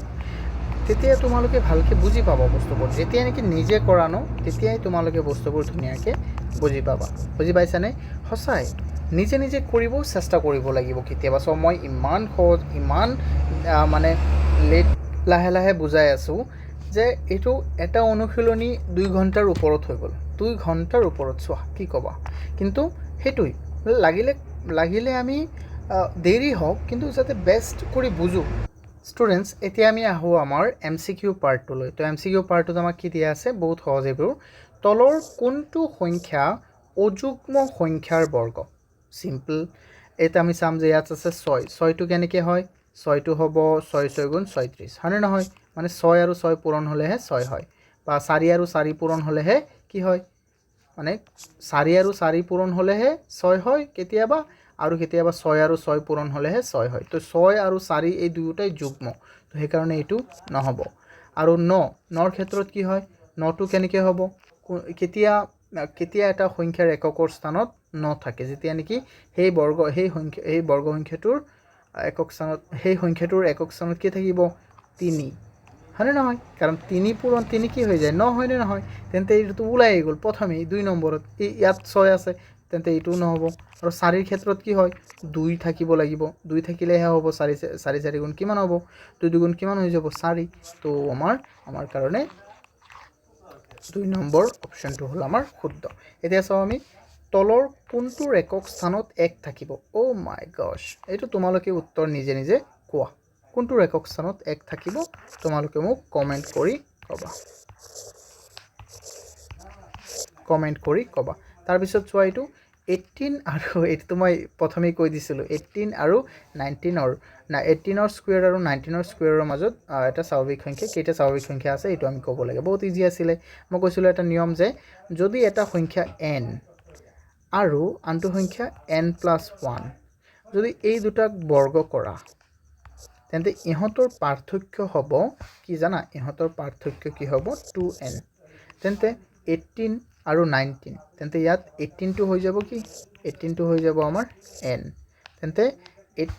2n 18টো হৈ যাব আমাৰ কি n, তেন্তে 2n মানে কি 36, 2 × 18 36, তো আনচাৰ 2, এইটো আমাৰ শুদ্ধ। আই হোপ বুজি পাই আছা। তলৰ কোনটো বৰ্গ সংখ্যা নহয়, 441 21ৰ বৰ্গ, আৰু কোনটো বৰ্গ সংখ্যা নহয়, এনেতো ক'ব পাৰিবা 1 থাকিলে বৰ্গ সংখ্যা হ'ব পাৰে, 2 থাকিলে কেতিয়াও বৰ্গ সংখ্যা হ'ব নোৱাৰে, সেইকাৰণে এইটো হৈ গ'ল চিম্পল।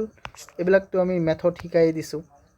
হয়নে নহয় কোৱা? এইবিলাক মেথড বাৰু মই শিকোৱা নাই জানো, তো এইটো যদি তোমালোকে কৰা এইটো মেথডত কৰিলেও হ'ব। বা চোৱা, যদি 2025ৰ বৰ্গমূল যদি দশমিক নাথাকিলে 45 হয়, তেন্তে ইয়াৰ এইটো কি হৈ যাব, যিহেতু ইয়াত দুটাৰ পিছত দশমিক আছে, তেন্তে ইয়াত এটাৰ পিছত দশমিক হ'ব, আমাৰ আনচাৰ 2 হৈ যাব।